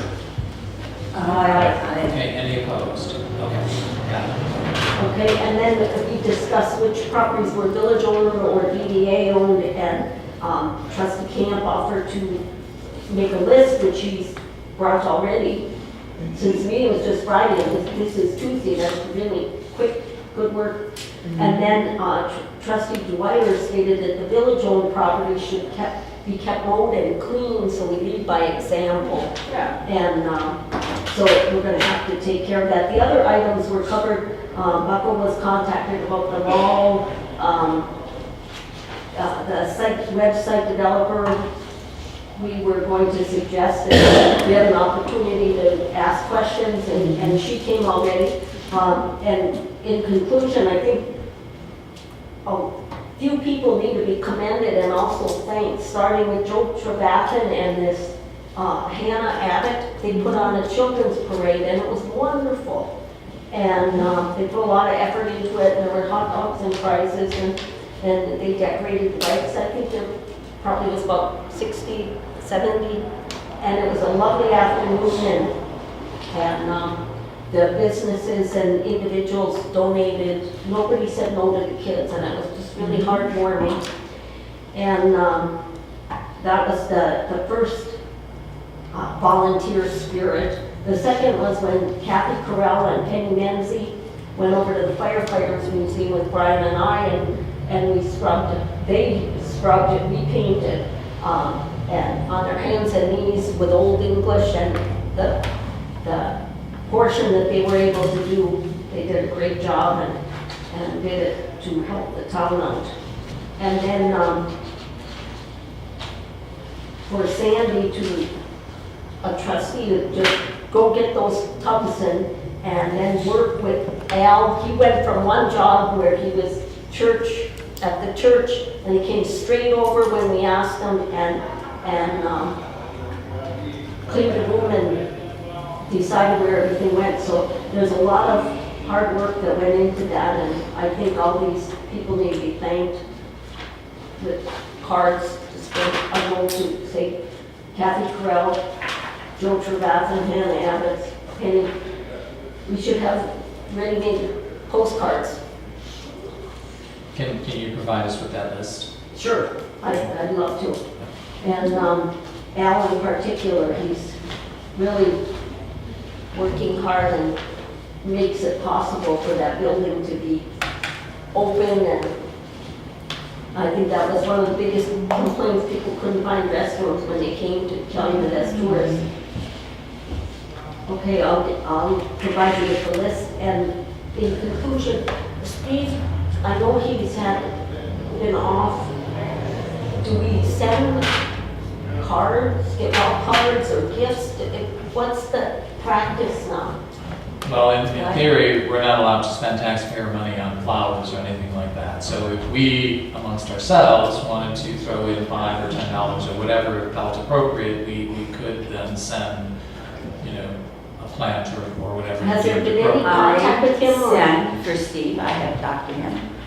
I took it upon myself to go get a gift certificate for the Michigan House and sign a get well card and put everybody's name on it. Oh. So that was all done. Good job, Jackie. I did see him this morning walking around Walmart with a cane. I did not get a chance to go see him, he was at Okay. the other end, but I did see him go through so he's up and around at least. Good, I'm wonderful. glad to hear that. It's an awesome guy. There's nothing else. And I'll be glad to help you defray the cost of that card. So, We're good, just next time when we need to do something like that, somebody else step up and do it, that's all. okay, fair enough. All right, anything else for Public Works? All right, if there's no further questions, is there a motion to accept the Public Works Committee report? I'll make that motion to accept. Okay, so Verge. All right, is there a second? Support. So Sandy. Okay, so motion made by Verge, seconded by Sandy to accept the street department report. All in favor? Aye. And now tomorrow, will these individuals be contacted that they got the bids on the items? Yeah. Yeah, Okay. yeah, I assume we have phone numbers or some contact information. And is Steve aware of this? I'd like to know, is Steve aware of the bids? Did you contact Steve Keller to let him know what bids came in on this? Can I contact Steve? Yes. No. Not if it's Well, on. they would have been sealed until you guys met, so. Right, but we opened them at our committee meeting and then. So, we- and when was that? Friday. Friday, yeah. Okay, so it's Tuesday, so, Yeah, I right. mean, yeah, so I don't know that Steve is. He was in Marquette anyway. Yeah, yeah. So he probably should be contacted, because he'll probably direct his guys to scrap the other stuff. Doing what the Okay, titles are on the just vehicles. so we follow through on We have that. the Right. titles to the vehicles, Okay. the truck. You might want to make a note of that for your whole agenda. You with Steve or, yep. So because Steve All right. probably want a timetable when that stuff should be picked up, they can't wait 2 months. All right, so you have the planning commission minutes in front of you. I mean, they are moving forward on the master plan. They did receive an application from the owners of a house on Oak Street to use their house, to list their house as Airbnb. The planning commission has an obligation to determine whether that is a permitted use or a conditional use. The conclusion was that it was a conditional use, and as a result, there has to be a public hearing of property owners, either the 10 closest property owners or property owners within 500 feet of the residence. And so, you know, depending on, and I know I've seen the posting is there for the public meeting, and the letters have gone out to property owners. Okay. Last thing I still have to put in the paper. Okay, oh, so it still has to go in the It paper. had to go in the paper 15 days prior to that. Okay. So it's. When is that? Is it also listed on the property itself? When I was reading that, it sounded like you needed to post the property, a notice. And that's where the, No, I don't think so. I mean, it's not like a building permit. I mean, we could go back and check, but I haven't seen anything like that. Can I ask a question about this, now, these conditional permits, does this just apply to non-business areas? And I'm gonna give you an example, that, you know, there are apartments downtown, which are apartments, and they're usually month to month, year to year. But there are some, business owners that have weekly, daily, are those, do they have to get a If conditional permit? it's permitted, I mean, if it's zoned commercial, yeah, it's probably permitted. Okay, it's just permitted, so. And again, the problem is now going into a residential area and you're having a commercial venture. Right, but is that zoned commercial or residential? Because across the street, It's zoned residential. oh, because across the street you got commercial, Mm-hmm. and, you know, it's like a mixture there. Yeah, But it is zoned. yeah, that property is zoned residential. Yeah, all along. that was confusing. yeah. So at any rate, that will be the subject of next month's planning commission meeting, is that public hearing, again, to make a decision whether to, you know, grant the conditional use permit, and I doubt, whether to grant that conditional use permit or not, so. So do variants come under the planning or the zoning? Zoning. Zoning, yeah. So, 'cause I know there's Zoning Board been, of Appeals. okay, so I know there's been a variance request out there for months and months. Right. Is that getting addressed or? Well, I mean, that's Or- number 7 on the next item. You know, we need to appoint people to the zoning board. But But again, let's not go to the zoning board until we Okay, finish the yeah, planning I'm just committee. confused about that. Yeah, so, okay, so are there questions on the planning commission meeting minutes or the planning commission as a whole? Now, how are people appointed to that? We appointed them, I think, 2 months ago. Like, the council or the? Yes, the council, Planning the council. Yeah, it was just a big list that came out. I remember correctly. Okay, and then Last one they did. conditional use, Council was last one. That was 2 months ago. Okay. Anyways, that's yeah, for so variances as well. that is how you use the property. It is not a zoning variance. Variance is by the zoning board of appeals. Right, right, Right. right. So this Okay, has so nothing to do with the zoning board of appeals. This is strictly with the planning commission. But, How you use your property is the authority of the planning commission. The planning commission and you handles. have to comply with our zoning ordinance, of course. Right. Yeah, If they, yeah, if, right, yeah. right, because again, fundamentally, that says, yeah, our zoning ordinance says that property is residential. So, Okay.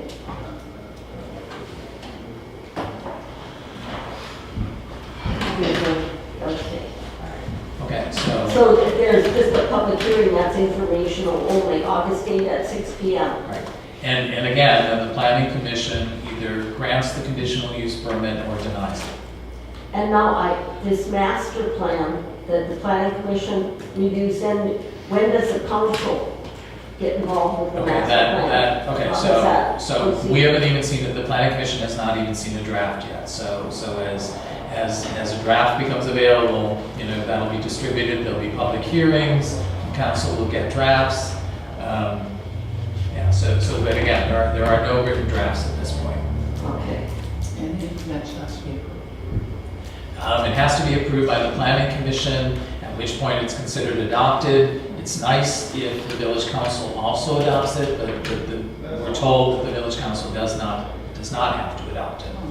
Because according to this, it says we do. No, I think the DDA is supposed to have their own master plan. Everybody's supposed to follow their own plan and budget their money to implement their plan.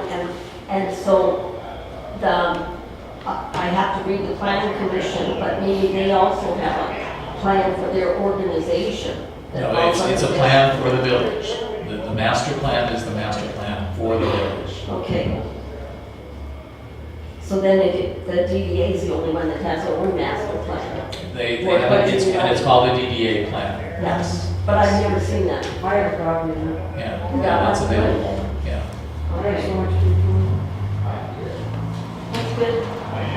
Yeah, hopefully we can get this variance thing addressed because, you know, this has been a long time. Let's Yeah, let's finish with the planning zoning board commission. of appeals, it's the next thing on. Yeah. Yeah. You're gonna, Okay. All right, so if there are no further questions on the planning commission, is there a motion to accept the planning commission minutes? I make a motion that we accept the planning commission minutes. So Sharon made the motion, is there a second? I'll support. Sandy? Okay. So motion made by Sharon, seconded by Sandy to accept the planning commission meeting minutes. There's no further discussion, all in favor? Any opposed? Okay. Zoning Board of Appeals, there are still 4 open positions. Sorry, just a minute. I assume you did not appoint anyone last meeting. Oh, we didn't know about that. Okay, Jim? so, Joe brought up the fact that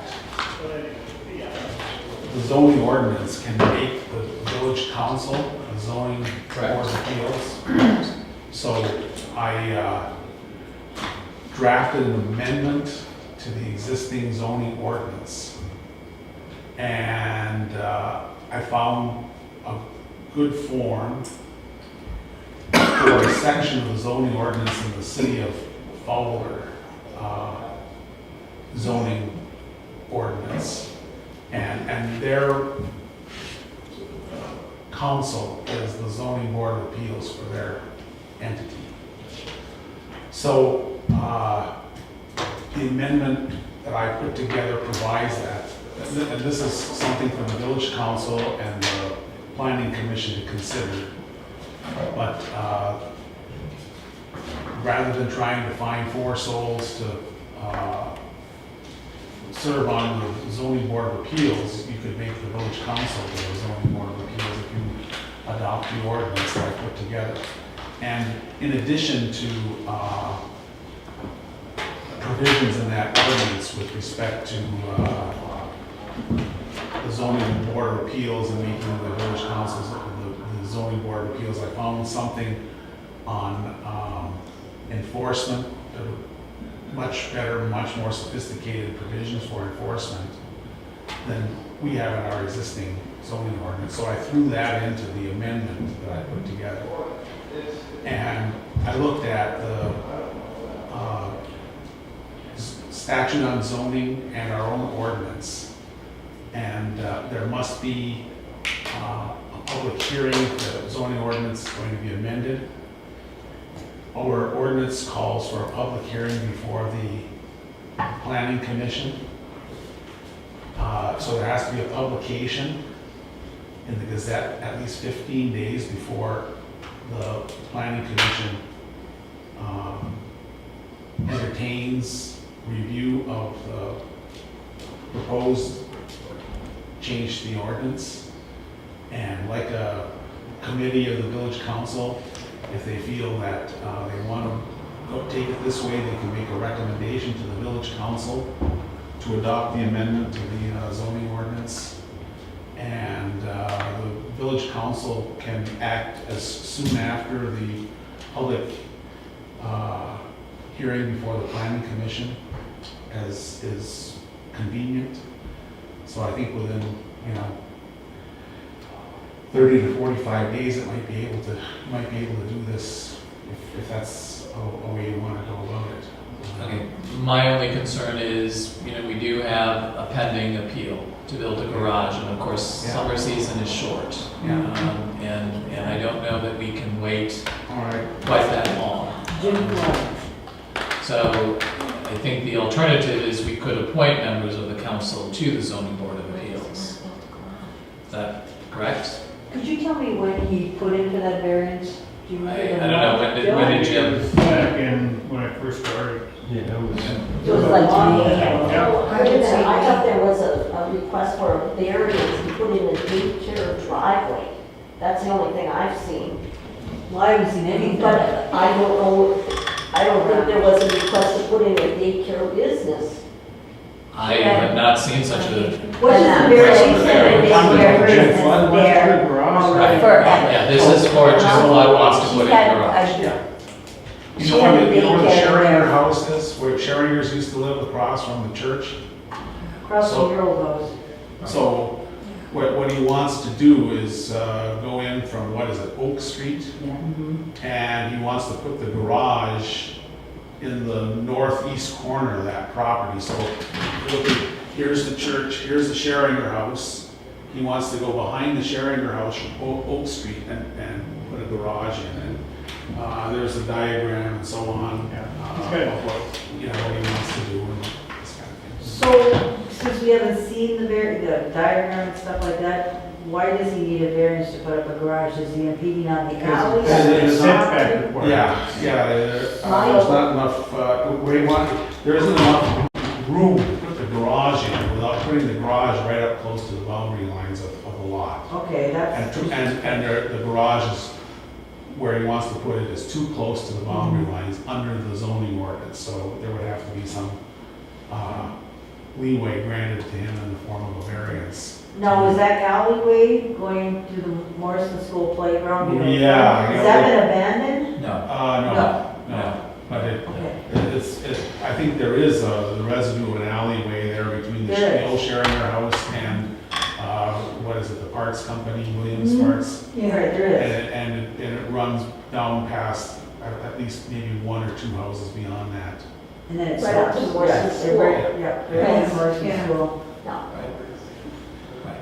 So I guess, push comes to shove, you could, if people on the village council want to do double duty and the village council in this case would not be the zoning board, but you can make people on the village council members of the zoning board if they want to serve. So Nate is already a member of the zoning board of appeals, so, yeah, so it's up to you guys. I mean, are there, I mean, Can we think about it and see the amendment that it appoint us and, you know? well, the problem Okay. is Summer's Jim gonna be is, over. summer's gonna be over. Right. Right, and that's the issue. Didn't we already have two or three other people? We had 2 people submit their name, or 3 people submit their name. I don't think they showed up Actually, last actually, we month. had 4, Okay, but they all withdrew their names. okay, They all withdrew their names about an hour ago, okay, and it was related to your other meeting, so, okay. you know, that's where you're at. Okay. So I would suggest, yeah, let the council take on another committee, you guys can, you know, keep on working. So, I mean, it's a total of 5 people. I can tell you zoning board of appeals has met 1 time since I've been here, The 6 years. the problem with, for Jim Flood is that there hasn't been a request for a variance under the zoning ordinance in you know, living memory. No, there has been one. Yes. There's been- I am a recipient. Oh, okay, so you got a variance. There was 2 next door to me, they wanted to put, a brand, they said they wanted to put a brand new trailer in, and it was very close to my property, so because I lived there, I got a letter and I said, okay, and then they got a second variance because they wanted to put in a parking brick platform, okay, so they had to get another one, but I remember just getting a letter and saying, do you like it, do you don't like it, and then it went here, and the guy started building right away. It Yeah, didn't take very long. my That was point about is, 20 years my ago. point is that there's so little activity Right. that, we Again, just since, haven't. since I've been here, haven't done. John Slayton, when he built his garage, he had the same problem. He was building up against his property line, and so he had to have, I think it's 2 feet from the property line, I want to say off the top of my head. So do you send out letters to people? Right, you have a public hearing, again, to the surrounding neighbors, so they can Okay. voice their opinion as to whether, they're in favor or against it. And then the zoning board rules, yes, we will permit this, no, we will not. Now, if we appoint people to the zoning board of appeals, I would also ask Scott McGinnis to come up, because there are only like 5 or 6 things that a zoning board can cite if they're going to disapprove something. So if you're going to turn somebody down, you have to say, okay, I disapprove because I think it would generate too much traffic. So that would be something that before this board met, that I would want McGinnis to come up here and explain to that board what were lawful reasons to reject a request for a variance. Can I ask a question on that? Sure. Could a lawful reason be the neighbor that it's impeding on says, I don't like it? Would that shut it down? I'm no expert. Yeah. I mean, because, that's, But that's one of your that's one that's reasons. affected. Right, is the and that's one of person- your reasons for having the public hearing. Yeah. And you could probably cite health, it would block sunlight Or or you're something just like too that. close. Right. You know, and it takes away from your Yeah, property yeah. value. I think we have to look at this, we can't do spot zoning, that's illegal, so, This is not a suggestion. Well, it is, A variance is a Right. zoning issue, there's no question about it. Yeah, it's a We have to- zoning. Pardon me? no, if we're talking an Airbnb. he's Oh, I thought talking you were about talking about the That's noise entirely and- different. yeah. That's an issue for Yeah. planning Yeah. commission, yeah. But I was talking about zoning, no. Yeah. When It's that also was first issues. started, all those years ago when it was adopted, I sat on that. Then, there was a few things, that had happened, and I'm trying to think, 1990, where zoning was adopted or something like that. Then, there was many years since we met. It was like, next time we met, it was like 2004. Well, We had the to, zoning ordinance was revised in 1997, according to. right, but the original was 1990, if That's I'm right, not yep, mistaken. that's right. Wasn't it- And then revised in 97. Yeah, And then, in all those years I sat on there, we met twice. yeah. And each time we had to meet, we had to recertify everybody. So- Ultimately, I think it makes some sense for the village council to be the zoning board of appeals. That's what I'm trying to say. And then you're set up for it, at least. If somebody comes in 5 years from now to the village council and wants a variance, it's a hell of a lot easier to just bring Scott McGinnis in and give some advice to the council acting as the zoning board of appeals as to what you should or should not do, rather than have to try to find people to serve on the zoning board. It's, you know. Because I think the next time was 204, and I think the next time the zoning met was 2008 or something. As a practical matter with Jim Flood, if you can find people on the village council to serve with Nathan on the zoning board of appeals, then we'll get some fairly quick result for him. But if the folks on the village council don't want to serve as members of the zoning board of appeals, which is apart from the village council, then you gotta find 4 people. And it might be a hell of a lot faster, even though it seems kind of slow, to go through the planning commission and get the ordinance amended than to look for 4 people to serve on the zoning board of appeals. So if we could find enough people on the council, and then we amend the ordinance. So they could appoint themselves this evening. Right. This is an interim. This is an interim. Yeah. So So we can appoint 3 people plus Nate. well, you need 5. We need Well, 5. you only need a quorum. Pardon me? You only need a quorum, so. Nate's already in, so we just get 4 more. Well, yeah, well, you need 5, you got 1, so you gotta have 4 people from the council. So if we pick 4 people tonight, if 4 people agree to do this, we could meet soon. And Jim can have, maybe Jim can start building And his Jim can garage. start building. But the people that you sent the letters to, have you got any response from these people yet? Now, I don't get a response. You never do. You They never just know. either come to the They public come to hearing. the public That's all it I says. think it- I had I the think great it's what, thing 200 back. feet? No, I If you couldn't, attend, It's send a letter. Well, and again, we're kind of off topic, but typically what you would do is you send out letters, you announce you're having a public meeting, or to the property owners, and then they have an opportunity to address the zoning board of appeals. So they must have done it out properly. But the problem is you can't really notify these people until you've got a zoning board of appeals. Right. And you set a date for a hearing, and then you can notify them that the hearing date is at such and such a time. If you have any complaints, get your complaints in before the hearing date. So you have to have a zoning board of appeals, and then a date, and then you can send the notices out. I'd be willing to serve on it. Okay. So Nate has a question. Do you want to recognize Nate? I'm on the DDA, I'm on You the are. zoning board of appeals, this is my topic, you know, I shouldn't have to wait to be recognized, but I'm in agreement strangely with Jim, but I hadn't looked at his amendments, you know, the only problem I see with his suggestion is if we put 4 council members on the zoning board of appeals when we meet, then it's a council meeting. So, we don't have to have 4. We got me and 3 more council members. Anybody brave enough to take on some more work?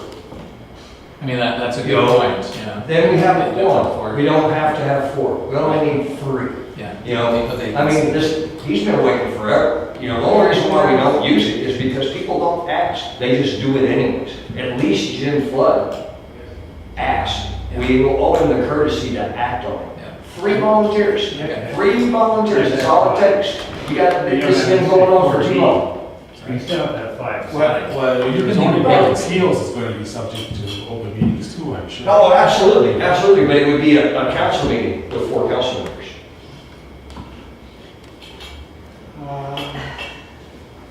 Yeah, that's a How many- As long as, That's right. It's an open meeting act, you're gonna have a public hearing. Yeah. So it's not gonna be a closed session, it's gonna be open to the public. But it'd still be a council meeting. It would be zoning, well, it would be kind of a. It'd be questionable. So we only need 3, because we only need a quorum. Right. You could leave a vacancy, could you not? Okay. Pardon me?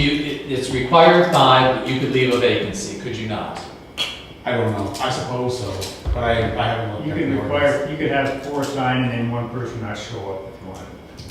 You can Yeah, still do we need the a zoning quorum. board appeal, but you have to have 5 assigned to the zoning board. Maybe the clerk will step up.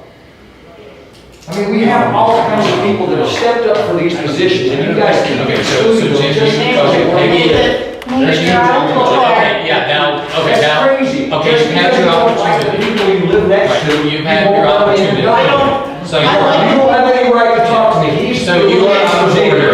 I am ill, I have cancer, I was Oh, just is that diagnosed, so supposed shut up. to, is it supposed to make you able to tell me to shut up? Okay, You know, so they- Nate, you are out of order. Thank you. Okay, so Peggy and Jim have volunteered.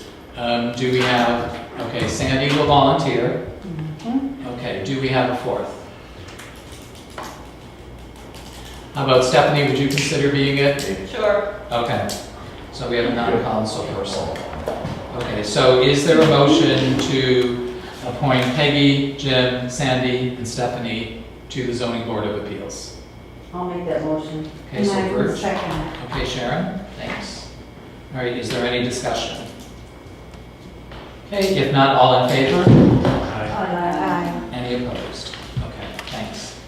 All right, the DDA has not approved their July meeting minutes yet. They did approve the sale of the property to Jane. Jane, and so. And the deed was delivered to the Register of Deeds office for recording, so. Good. And the next HDC meeting is Wait, scheduled. we're on the Sorry. DDA. We saw DDA minutes that were in the packet. Yeah, and those were because you asked for those copies of the Several. invoices. Yeah. We approved 3 months of invoices at the July meeting, and you asked those to be put in there. We That's have right. a December 13th of 16. Why Right, do we and, have and those are because we approved those invoices at the July meeting, and you asked to know what those invoices were. But remember on the December one, there was no January meeting, and somehow it got slipped through that the minutes weren't approved. So that's what we ended up having to have. So we have to approve these now? So, you know, they were already approved by the DDA, this is just the information there for you. Well, we have to approve the DDA minutes. No. You already The DDA doesn't have to approve your minutes. Well, we're over the DDA. Yeah, but you don't approve the DDA minutes. It's information related. Yeah. You don't, Okay. you know. Okay. What? I have a question on the DDA ordinance. I was reading through it, and maybe Mr. Campione, are you the treasurer for the DDA? As far as I know. Okay. But I didn't, but See, on do I have page, to be reappointed though? Yeah. see, on page 4, it says the treasurer shall have custody of all the funds and securities which may come into his hands or possession when necessary or proper, he shall endorse in behalf of the authority for collection, checks, notes, and other obligations, and deposit them. So why is the treasurer not doing the treasurer's duties as outlined in ordinance 110? Why is the administrator for the village writing the checks for you? Sue just said about that administrator doing. But she was getting $150 a month to do that, and I'm thinking that maybe that fee should be yours and you should do the duties as outlined in this ordinance. But and Joe get paid. doesn't, oh, right, you get paid, right? Well, no, if that's what the ordinance requires, though, then we've got to look at it to see. Yeah, I just thought, Right. you know, I don't want you to be legally responsible and have somebody else doing the work for you. Right, again, if that's what the ordinance requires, then, yeah, I mean, we need to But follow the ordinance. do you have a copy of this? Yes. Yeah, good. Okay. All right, the HDC is scheduled to meet on July 27th. Unfinished business, that's you, Verge. We have copies of May 17th meeting? Of the DDA. Right. Okay. Of the Historic Commission. Oh, okay, yep. Okay, my question is, we talked about and approved that seed youth program, and they were gonna paint the, you know, barns and doors. Whatever happened with that? I heard nothing happen. I can follow up, I don't know. I don't know. Well, I know they've been active, I know they've been up. another reason I asked for thank you notes to be sent to Kathy Corral and Penny Menzie is the seed workers went over the fire hall and they wrote down everything that Penny and Kathy did as what they did. They went over there and they, Old English, wiped on the floors and then they waxed everything, and everything I actually witnessed with my own eyes that was done by these. So they're saying they did the work that these gals knocked themselves out and did. So I don't know why the seed workers were trying to take credit for the work that actually volunteers from the village actually did. And they left a note, and I have a copy of the note, and I was going to talk with someone from the park and find out why they would do that. Yeah, because we approved it, sending them over here to like, Sandy Martin. They were supposed to work on the doors under supervision. Right. Which they weren't. Right, And I don't know why they. we can check. I know they've been Yeah. up at Hilton County Historical Society. I know they've been out and about. I don't know what And their then schedule after is. Brian and I came to the floor, we went up there and they had tracked the sawdust that came down in this other room all over the floor, looking for But stuff. anyways, so your question it's is very when will the disappointing. seeds? Well, we can have that done, or do we have to go elsewhere, because they're in pretty poor shape, and Well, we another can check with The the park? coordinator, the Park Service, to Right. find out when it's scheduled. Well, that's what my Because question I don't was. know. Yeah. Again, Dave has his hand up. Do you want me to recognize him or not? I'm in the historic district commission, it's my business. Well, there's a question, but even then, I don't have to recognize someone from the HDC. I don't have to recognize someone, so. Are you recognizing me as a member of the I am HDC? not stating anything. Let's get this out in the open, let's take care of All it right. right now, let's make the So argument. what else? Again, you were out of order. And if you are disruptive, we can ask you to be removed. Okay, I have a question. I heard that, actually I watched the HDC meeting and you said you did not appoint Nate Anderson, but as pro tem, I had the same duties and charges that you did. So I really believe that it's a good appointment. He was recommended, we had a letter, and the vote was 4-0. So I hope it doesn't come up that you. Jim, do you want to because address this tonight? You did not make I the don't want to address appointment, it and I tonight. did, I it don't want to wasn't, address it it tonight. isn't valid. So what, I don't want to address it tonight. okay, well, So but I have asked Jim to look into it Yeah. and to provide us with an opinion. okay, please keep me in the loop because I believe what we did was correct. And, I don't like to hear that what I did was incorrect because I really tried to do everything as correct as possible. And I truly believe that this town belongs to everybody and we have to open the doors and share duties, responsibilities, and forge friendships. When we've been working together,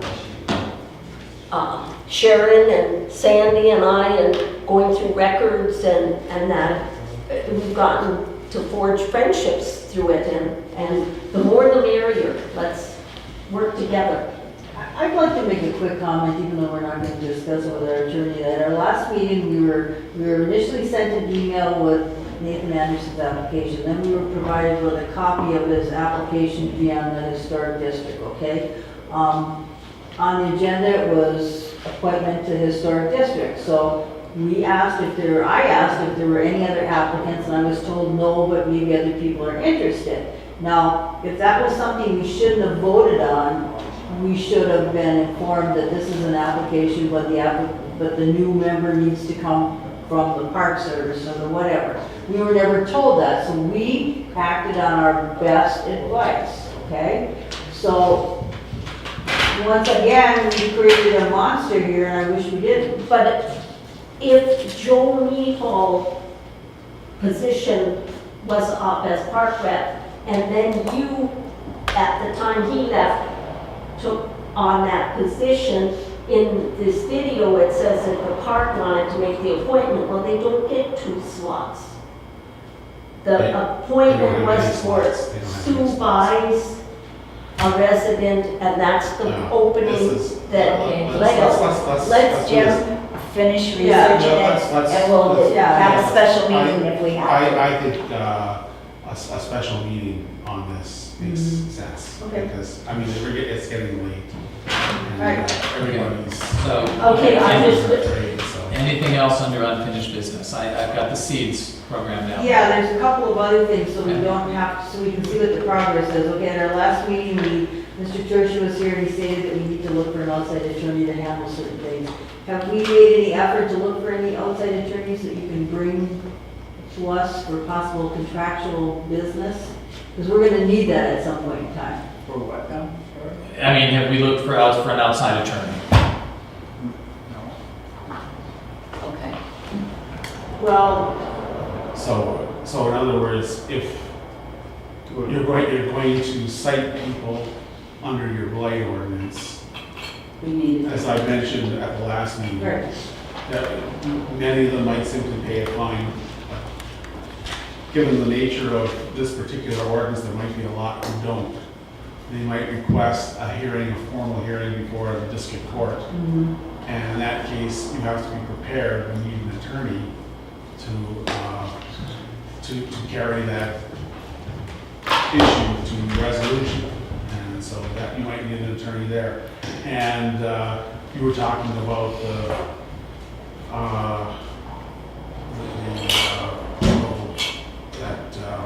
scaffolding on 7th Street there too. Yeah, you could use the advice of an attorney there too, if you don't get some cooperation from the folks who have the scaffolding. I think you might have to sue there. You can't just. Well, the scaffolding is Yeah, gone. The scaffolding is It's gone. not. Yeah, they needed our second letter, so. There we go. But- Hey, But The question is, our village administrator, I sent a tough letter, I guess. It came down. well, no, but the question is do you have a recommendation if we should need? I'll tell you, the Houghton County Bar these folks are almost unknown to me. Okay. I've been retired for 10 years. The attorneys that were practicing when I retired, who are still practicing, are kind of senior members of the bar, and I don't think they're gonna have time for this. So you're gonna I need some younger members, but I don't know what they're doing, I don't know what their interests are. I see some of them at the bar party at Christmas, and other than that, most of these folks, I saw them at the bar party in December, and I couldn't recognize them on the street right now if I saw them, So maybe you need to research. But, right, can you provide guidance? Can you provide guidance to us? Because you might I was surprised by Will's office. You know, make a list and try to get something. or even guidance. That would be because there's an attorney by the name of Forge across from the courthouse, and Nick Dovital, you might call them and find out who might be interested in this kind of work. On a contractual basis. The law offices. All right. The lawyers. Yeah, I'm sorry, close. I'll talk to you after the meeting if you don't mind. Okay. All right, so we have to look for an outside attorney. Okay, what else? The other thing was, last time we had this meeting, we discussed, paying Al to do some of the duties that he does, and it was sent back to finance. So have we made any progress on No, that? we did not discuss that at our last meeting. Okay, No, that was, that's my fault, I forgot. yeah. But I wanted to check a few things out first to make sure we weren't going to Mess him up. mess him up, and we Yeah. will not. So, But wasn't there some discussion of this? There was Building committee? at the building. And the accountant was saying, and I think correctly, that if you pay him under the table, that's kind of illegal for services. No, he would be an employee with a W-2. You would be That's getting. right. But if you take withholding for state and federal taxes, then you can, you talk with your workers' comp carrier to be sure that he's covered by workers' comp, then you're okay, then you can pay him. Okay. And then the other issue Unless is, our rates go up for workman's comp. I don't think there's gonna be. Yeah, it's like a minimum. It's on the basis of the total wage that you pay, this is gonna be so little that. Oh, okay. you still have to notify the insurance carrier on where the workers are. I don't know what the procedure is there, but I think it's not a bad idea for Joe to talk with the comp carrier just to get some idea for general information as employees come and go and are added and to the village employment roles and so on, just to find out how it is that the comp rate is calculated for the village each year. It might be on the basis of your past employment. You have to supply him through your accountant or whatever with your records for wages paid for the last 6 months or the last year or so. And in that case, then the comp rate would be calculated on that basis, and you wouldn't have to worry about adding an employee here or there because that would be caught up in the next year's comp rate. He would be very minimal, it would be more like a. Yeah, he'd be minimal, Yeah. but the point is, Right. you have to insure him. We have to still cover ourselves, yeah. Right. Because I wanted to make sure it wouldn't affect his social security. Yeah. Anything Yeah. bad if we Well, have to give him anything. So, I don't know if he files a tax return or not, but if he does, and he has somebody who prepares a return for him, it would be a bad idea to talk with the preparer. I can ask. Yeah. I'll ask him. I think it seems like I he mentions, I think his know, sister, and he gets an yes. allowance, so we should check with the family. I looked at this recently. I can't remember what the reason for it was, but there are two complicated formulas, either of which could apply in an instance like this, depending upon the amount of the Social Security the person receives and wages. But the wages have to be pretty substantial. I mean, if you're paying him $3,000 or $4,000 or $5,000 a year, it isn't going to affect his Social Security. Probably won't be that. But if you're paying him substantially more than that, then it might. But if you get his tax preparer involved, the tax preparer would know what all of his sources of income happen to be. And the tax preparer could advise him then about how much he could earn without affecting his Social Security. He told me he didn't have a problem with that. Yeah. He's over I think, age. you know, You have for that, but we'll you have research it. naive people who, you know, their intuition tells them what their intuition is. But he is 65, so he's past that, you know, that age. If you're getting Social Security, you're affected. You have to be concerned about this. Well, and again, I believe there is a family member who manages Yeah. his finances, and Okay. like I said, I believe. But he knows about it, and we Right. talked about it, Right. but we Right. didn't But follow I think through. ultimately you go, if there's someone who's overseeing his funds. Now, I should say that's the this, person you go to. it's none of our business what his wages are, what his Social Security happens to be, and what his wages, how his wages might affect his Social Security. That's his business. So, you know, we're kind of being an overprotective mama maybe by getting in and asking that question. But if he is not the kind of person who has the ability to look into these issues, helping him out a little bit isn't, you know, a bad idea. But a tax preparer could tell him and you whether he's got a problem. It would be minimal, because he only uses, it's only a summertime thing. I think you can talk to just about any accountant, because they all do, I don't do tax returns, but the accountants do tax returns for people who are receiving Social Security and who are also earning wages, and they can tell you, you know, but estimate how much you're gonna pay them over the next 12 months, or this year, and take that to the accountant and ask the accountant, is this going to affect his Social Security? Okay, so in order to move on, yes. Yeah, anything there's one else? other thing that we discussed, and it said that she has to go back to the finance, and the issue was, I'm concerned about, our clerk has many duties, her name is on a lot of things, and I think her $100 a month stipend is unreasonable. Now, that was supposed to go back to finance? And we will put it on our agenda this month. Okay, because that should really be addressed. Yeah, that's not good enough. Then one other thing is, I want to follow up with what we do so we don't discuss it a million times again. And then one of the things, just as a reminder, last month we approved the super yoga people to have their little thing in the park and whatever. The only problem with that is she was never notified that we said yes. The girl from over here, Joe? Super yoga. Yeah, she said she was never notified that we said it was okay for her to have her little thing in the park. So if we're gonna approve stuff like that, we gotta call people and let them know so they know.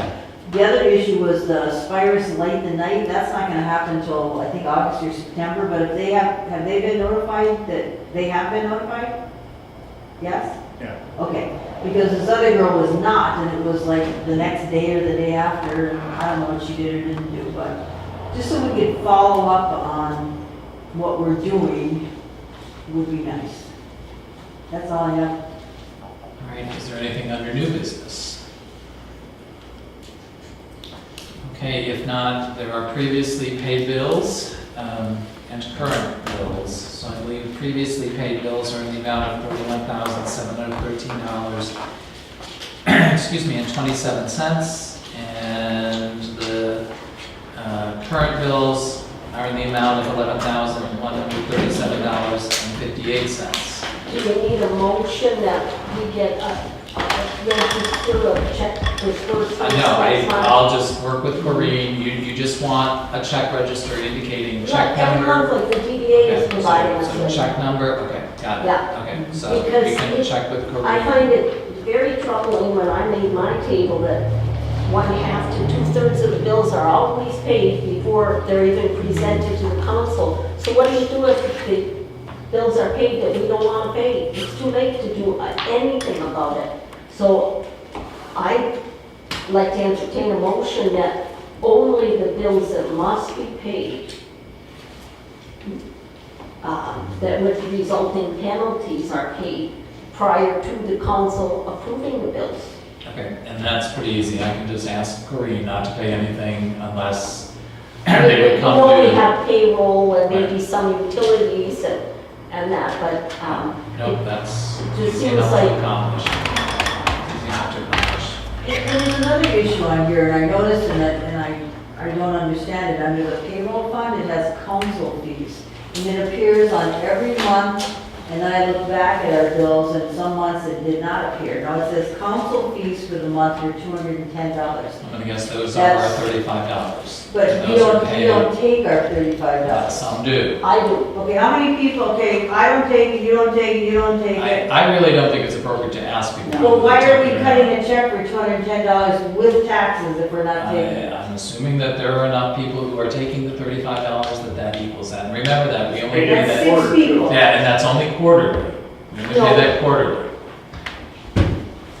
It was on last month, and it was on every month, and so. And again, then I'll have to ask, but I don't know, but that only gets No, but paid that's quarterly. only 2 of 7 that are taking council wages. Well, again, And I I'm don't- one of them because I really feel that I have an obligation. I'm getting paid Okay, here here's this the. Well, month. again, I don't have the answer all Some together. money, well, I'm just I wondering don't- where it's Right, going. No, I'll just find out. I'll find Okay, out. I'll there's find out. I 6 don't- people, there's only 6 people on this council, it's 35 times 6 is $210. Yep, I will find out. I don't know the answer. Wait a minute. But if this is quarterly, as Joe suggests, I've got another. Well, no, I mean, Every Virginia month. has, I got It's showing up. it's showing up when it shouldn't show up. Every month So it should it's only showing up, happen, yeah. it should only happen once a quarter. So I don't know if Corinne is just not doing it correctly, I don't Well, know. she's not paying them more than once a quarter, but she probably just left it on there because she used the sheet over again. Right, but it should come off. Yeah. Yeah, but It's it's not confusing, money it should come off. Right. It's, Yeah. it's confusing, yeah. So it should come off. Well, Yeah, because otherwise it looks like we're overpaying. Yeah, we're paying too much into Social Right, Security right, too. right. So, yeah, so Yeah. she should take it off. If she hasn't paid it in the past month, then it should be appealed. So, Yeah, they're on almost every month. Yeah, almost every month they're on. yeah, so she may have a reason she's doing it, but it confuses people, so it should come off. Again, Maybe I got a raise. right, any other questions on I can see bills? one. If there aren't, okay, is there a motion to pay the prior paid bills in the amount of $31,713.27 and current bills in the amount of $11,137.58? I'll make a motion to pay our current bills and previously paid bills. Sharon, is there a second? One second. Jim? Okay, thanks. All right, so we'll do a roll call. So Jim? Yes. Sandy? Yes. Sharon? Yes. Serge? Yes. Peggy? I didn't have much time to study it. Let me find the bills. We keep getting so many bills from up and running. What's our running total for up and running? Well, and our phones keep going out. Seeing, Is that what that's for, phones? I that think so, something right? is Then going. at the end, Oh, is that charter? That is charter? They helped us with a FOIA request too, Okay. and they put a lot of work into it, so. Let's see. Because I thought they were just computers, but apparently not. Well, this was a computer-related problem, a Oh. FOIA request. Now, last year, our auditor said that the firemen, they need to supply the village with the bookkeeping. Are they doing that? Were they notified to go through No, us, not if- act independently, if- since that was our If the recommendation? village council wishes to do that, and the auditor's suggestion was we not do it until the state forces us. If they do that, then for example, any funds, unless they form a 501c3 or something, any funds they raise in the fish boil become the village's funds. They cannot have alcohol on their property, all checks, you know, they have no discretion over how they spend their money. So that money becomes the village's money, and if they want new boots, they come to the council and say, we want new boots. If that's what the council wants, that can be done. I'll have to reread her report. I thought that was the recommendation, but we'll. But I did So ask we do when whatever. we had our committee meeting Yeah. with them that for them to give us more information on how they spend their money. And I didn't know they wrote a grant at one time. So I'm thinking the meeting we had was beneficial for communication. And I asked them to give us a report, like, okay, when they do their fundraisers, how much are they making? Where are they spending their money? To give us so we know what they're doing. And it probably, to Peggy's point, it probably would be inappropriate to have Jackie here to address the issue. But I just thought the more we know about them, the more they're going I to agree. come to us. Okay, that's good. No, that was, and then I noticed the payroll, it seems to vary quite substantially. Pay periods to pay periods. I don't know, is there a lot of overtime? Well, I mean, it's 25 a month, but I think we're only paying them annually. now. No, I'm talking about the overall. When you see the payroll, 9,500 every 2 weeks, and then another time it's, 7,500. And it's varies so wildly that something needs to be looked at carefully, but it's fine for tonight. Pay periods in a month too. Right. No, it's every 2 weeks. It's every 2 weeks. It's every 2 So weeks. sometimes you can have 3 pay periods. Oh, yeah, I guess you can. But when you're comparing apples to apples, it still doesn't seem as even as it should be. But that's the finance committee. All right, so on paying the bills, are you a yay or nay? I'm on the Okay, and I'm a yay, so, okay. And finally, is there a motion to adjourn? I make that motion. Tammy, okay, is there a second?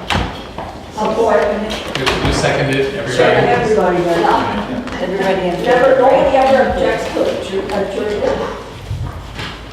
Everything adjourned at 10. I was trying to run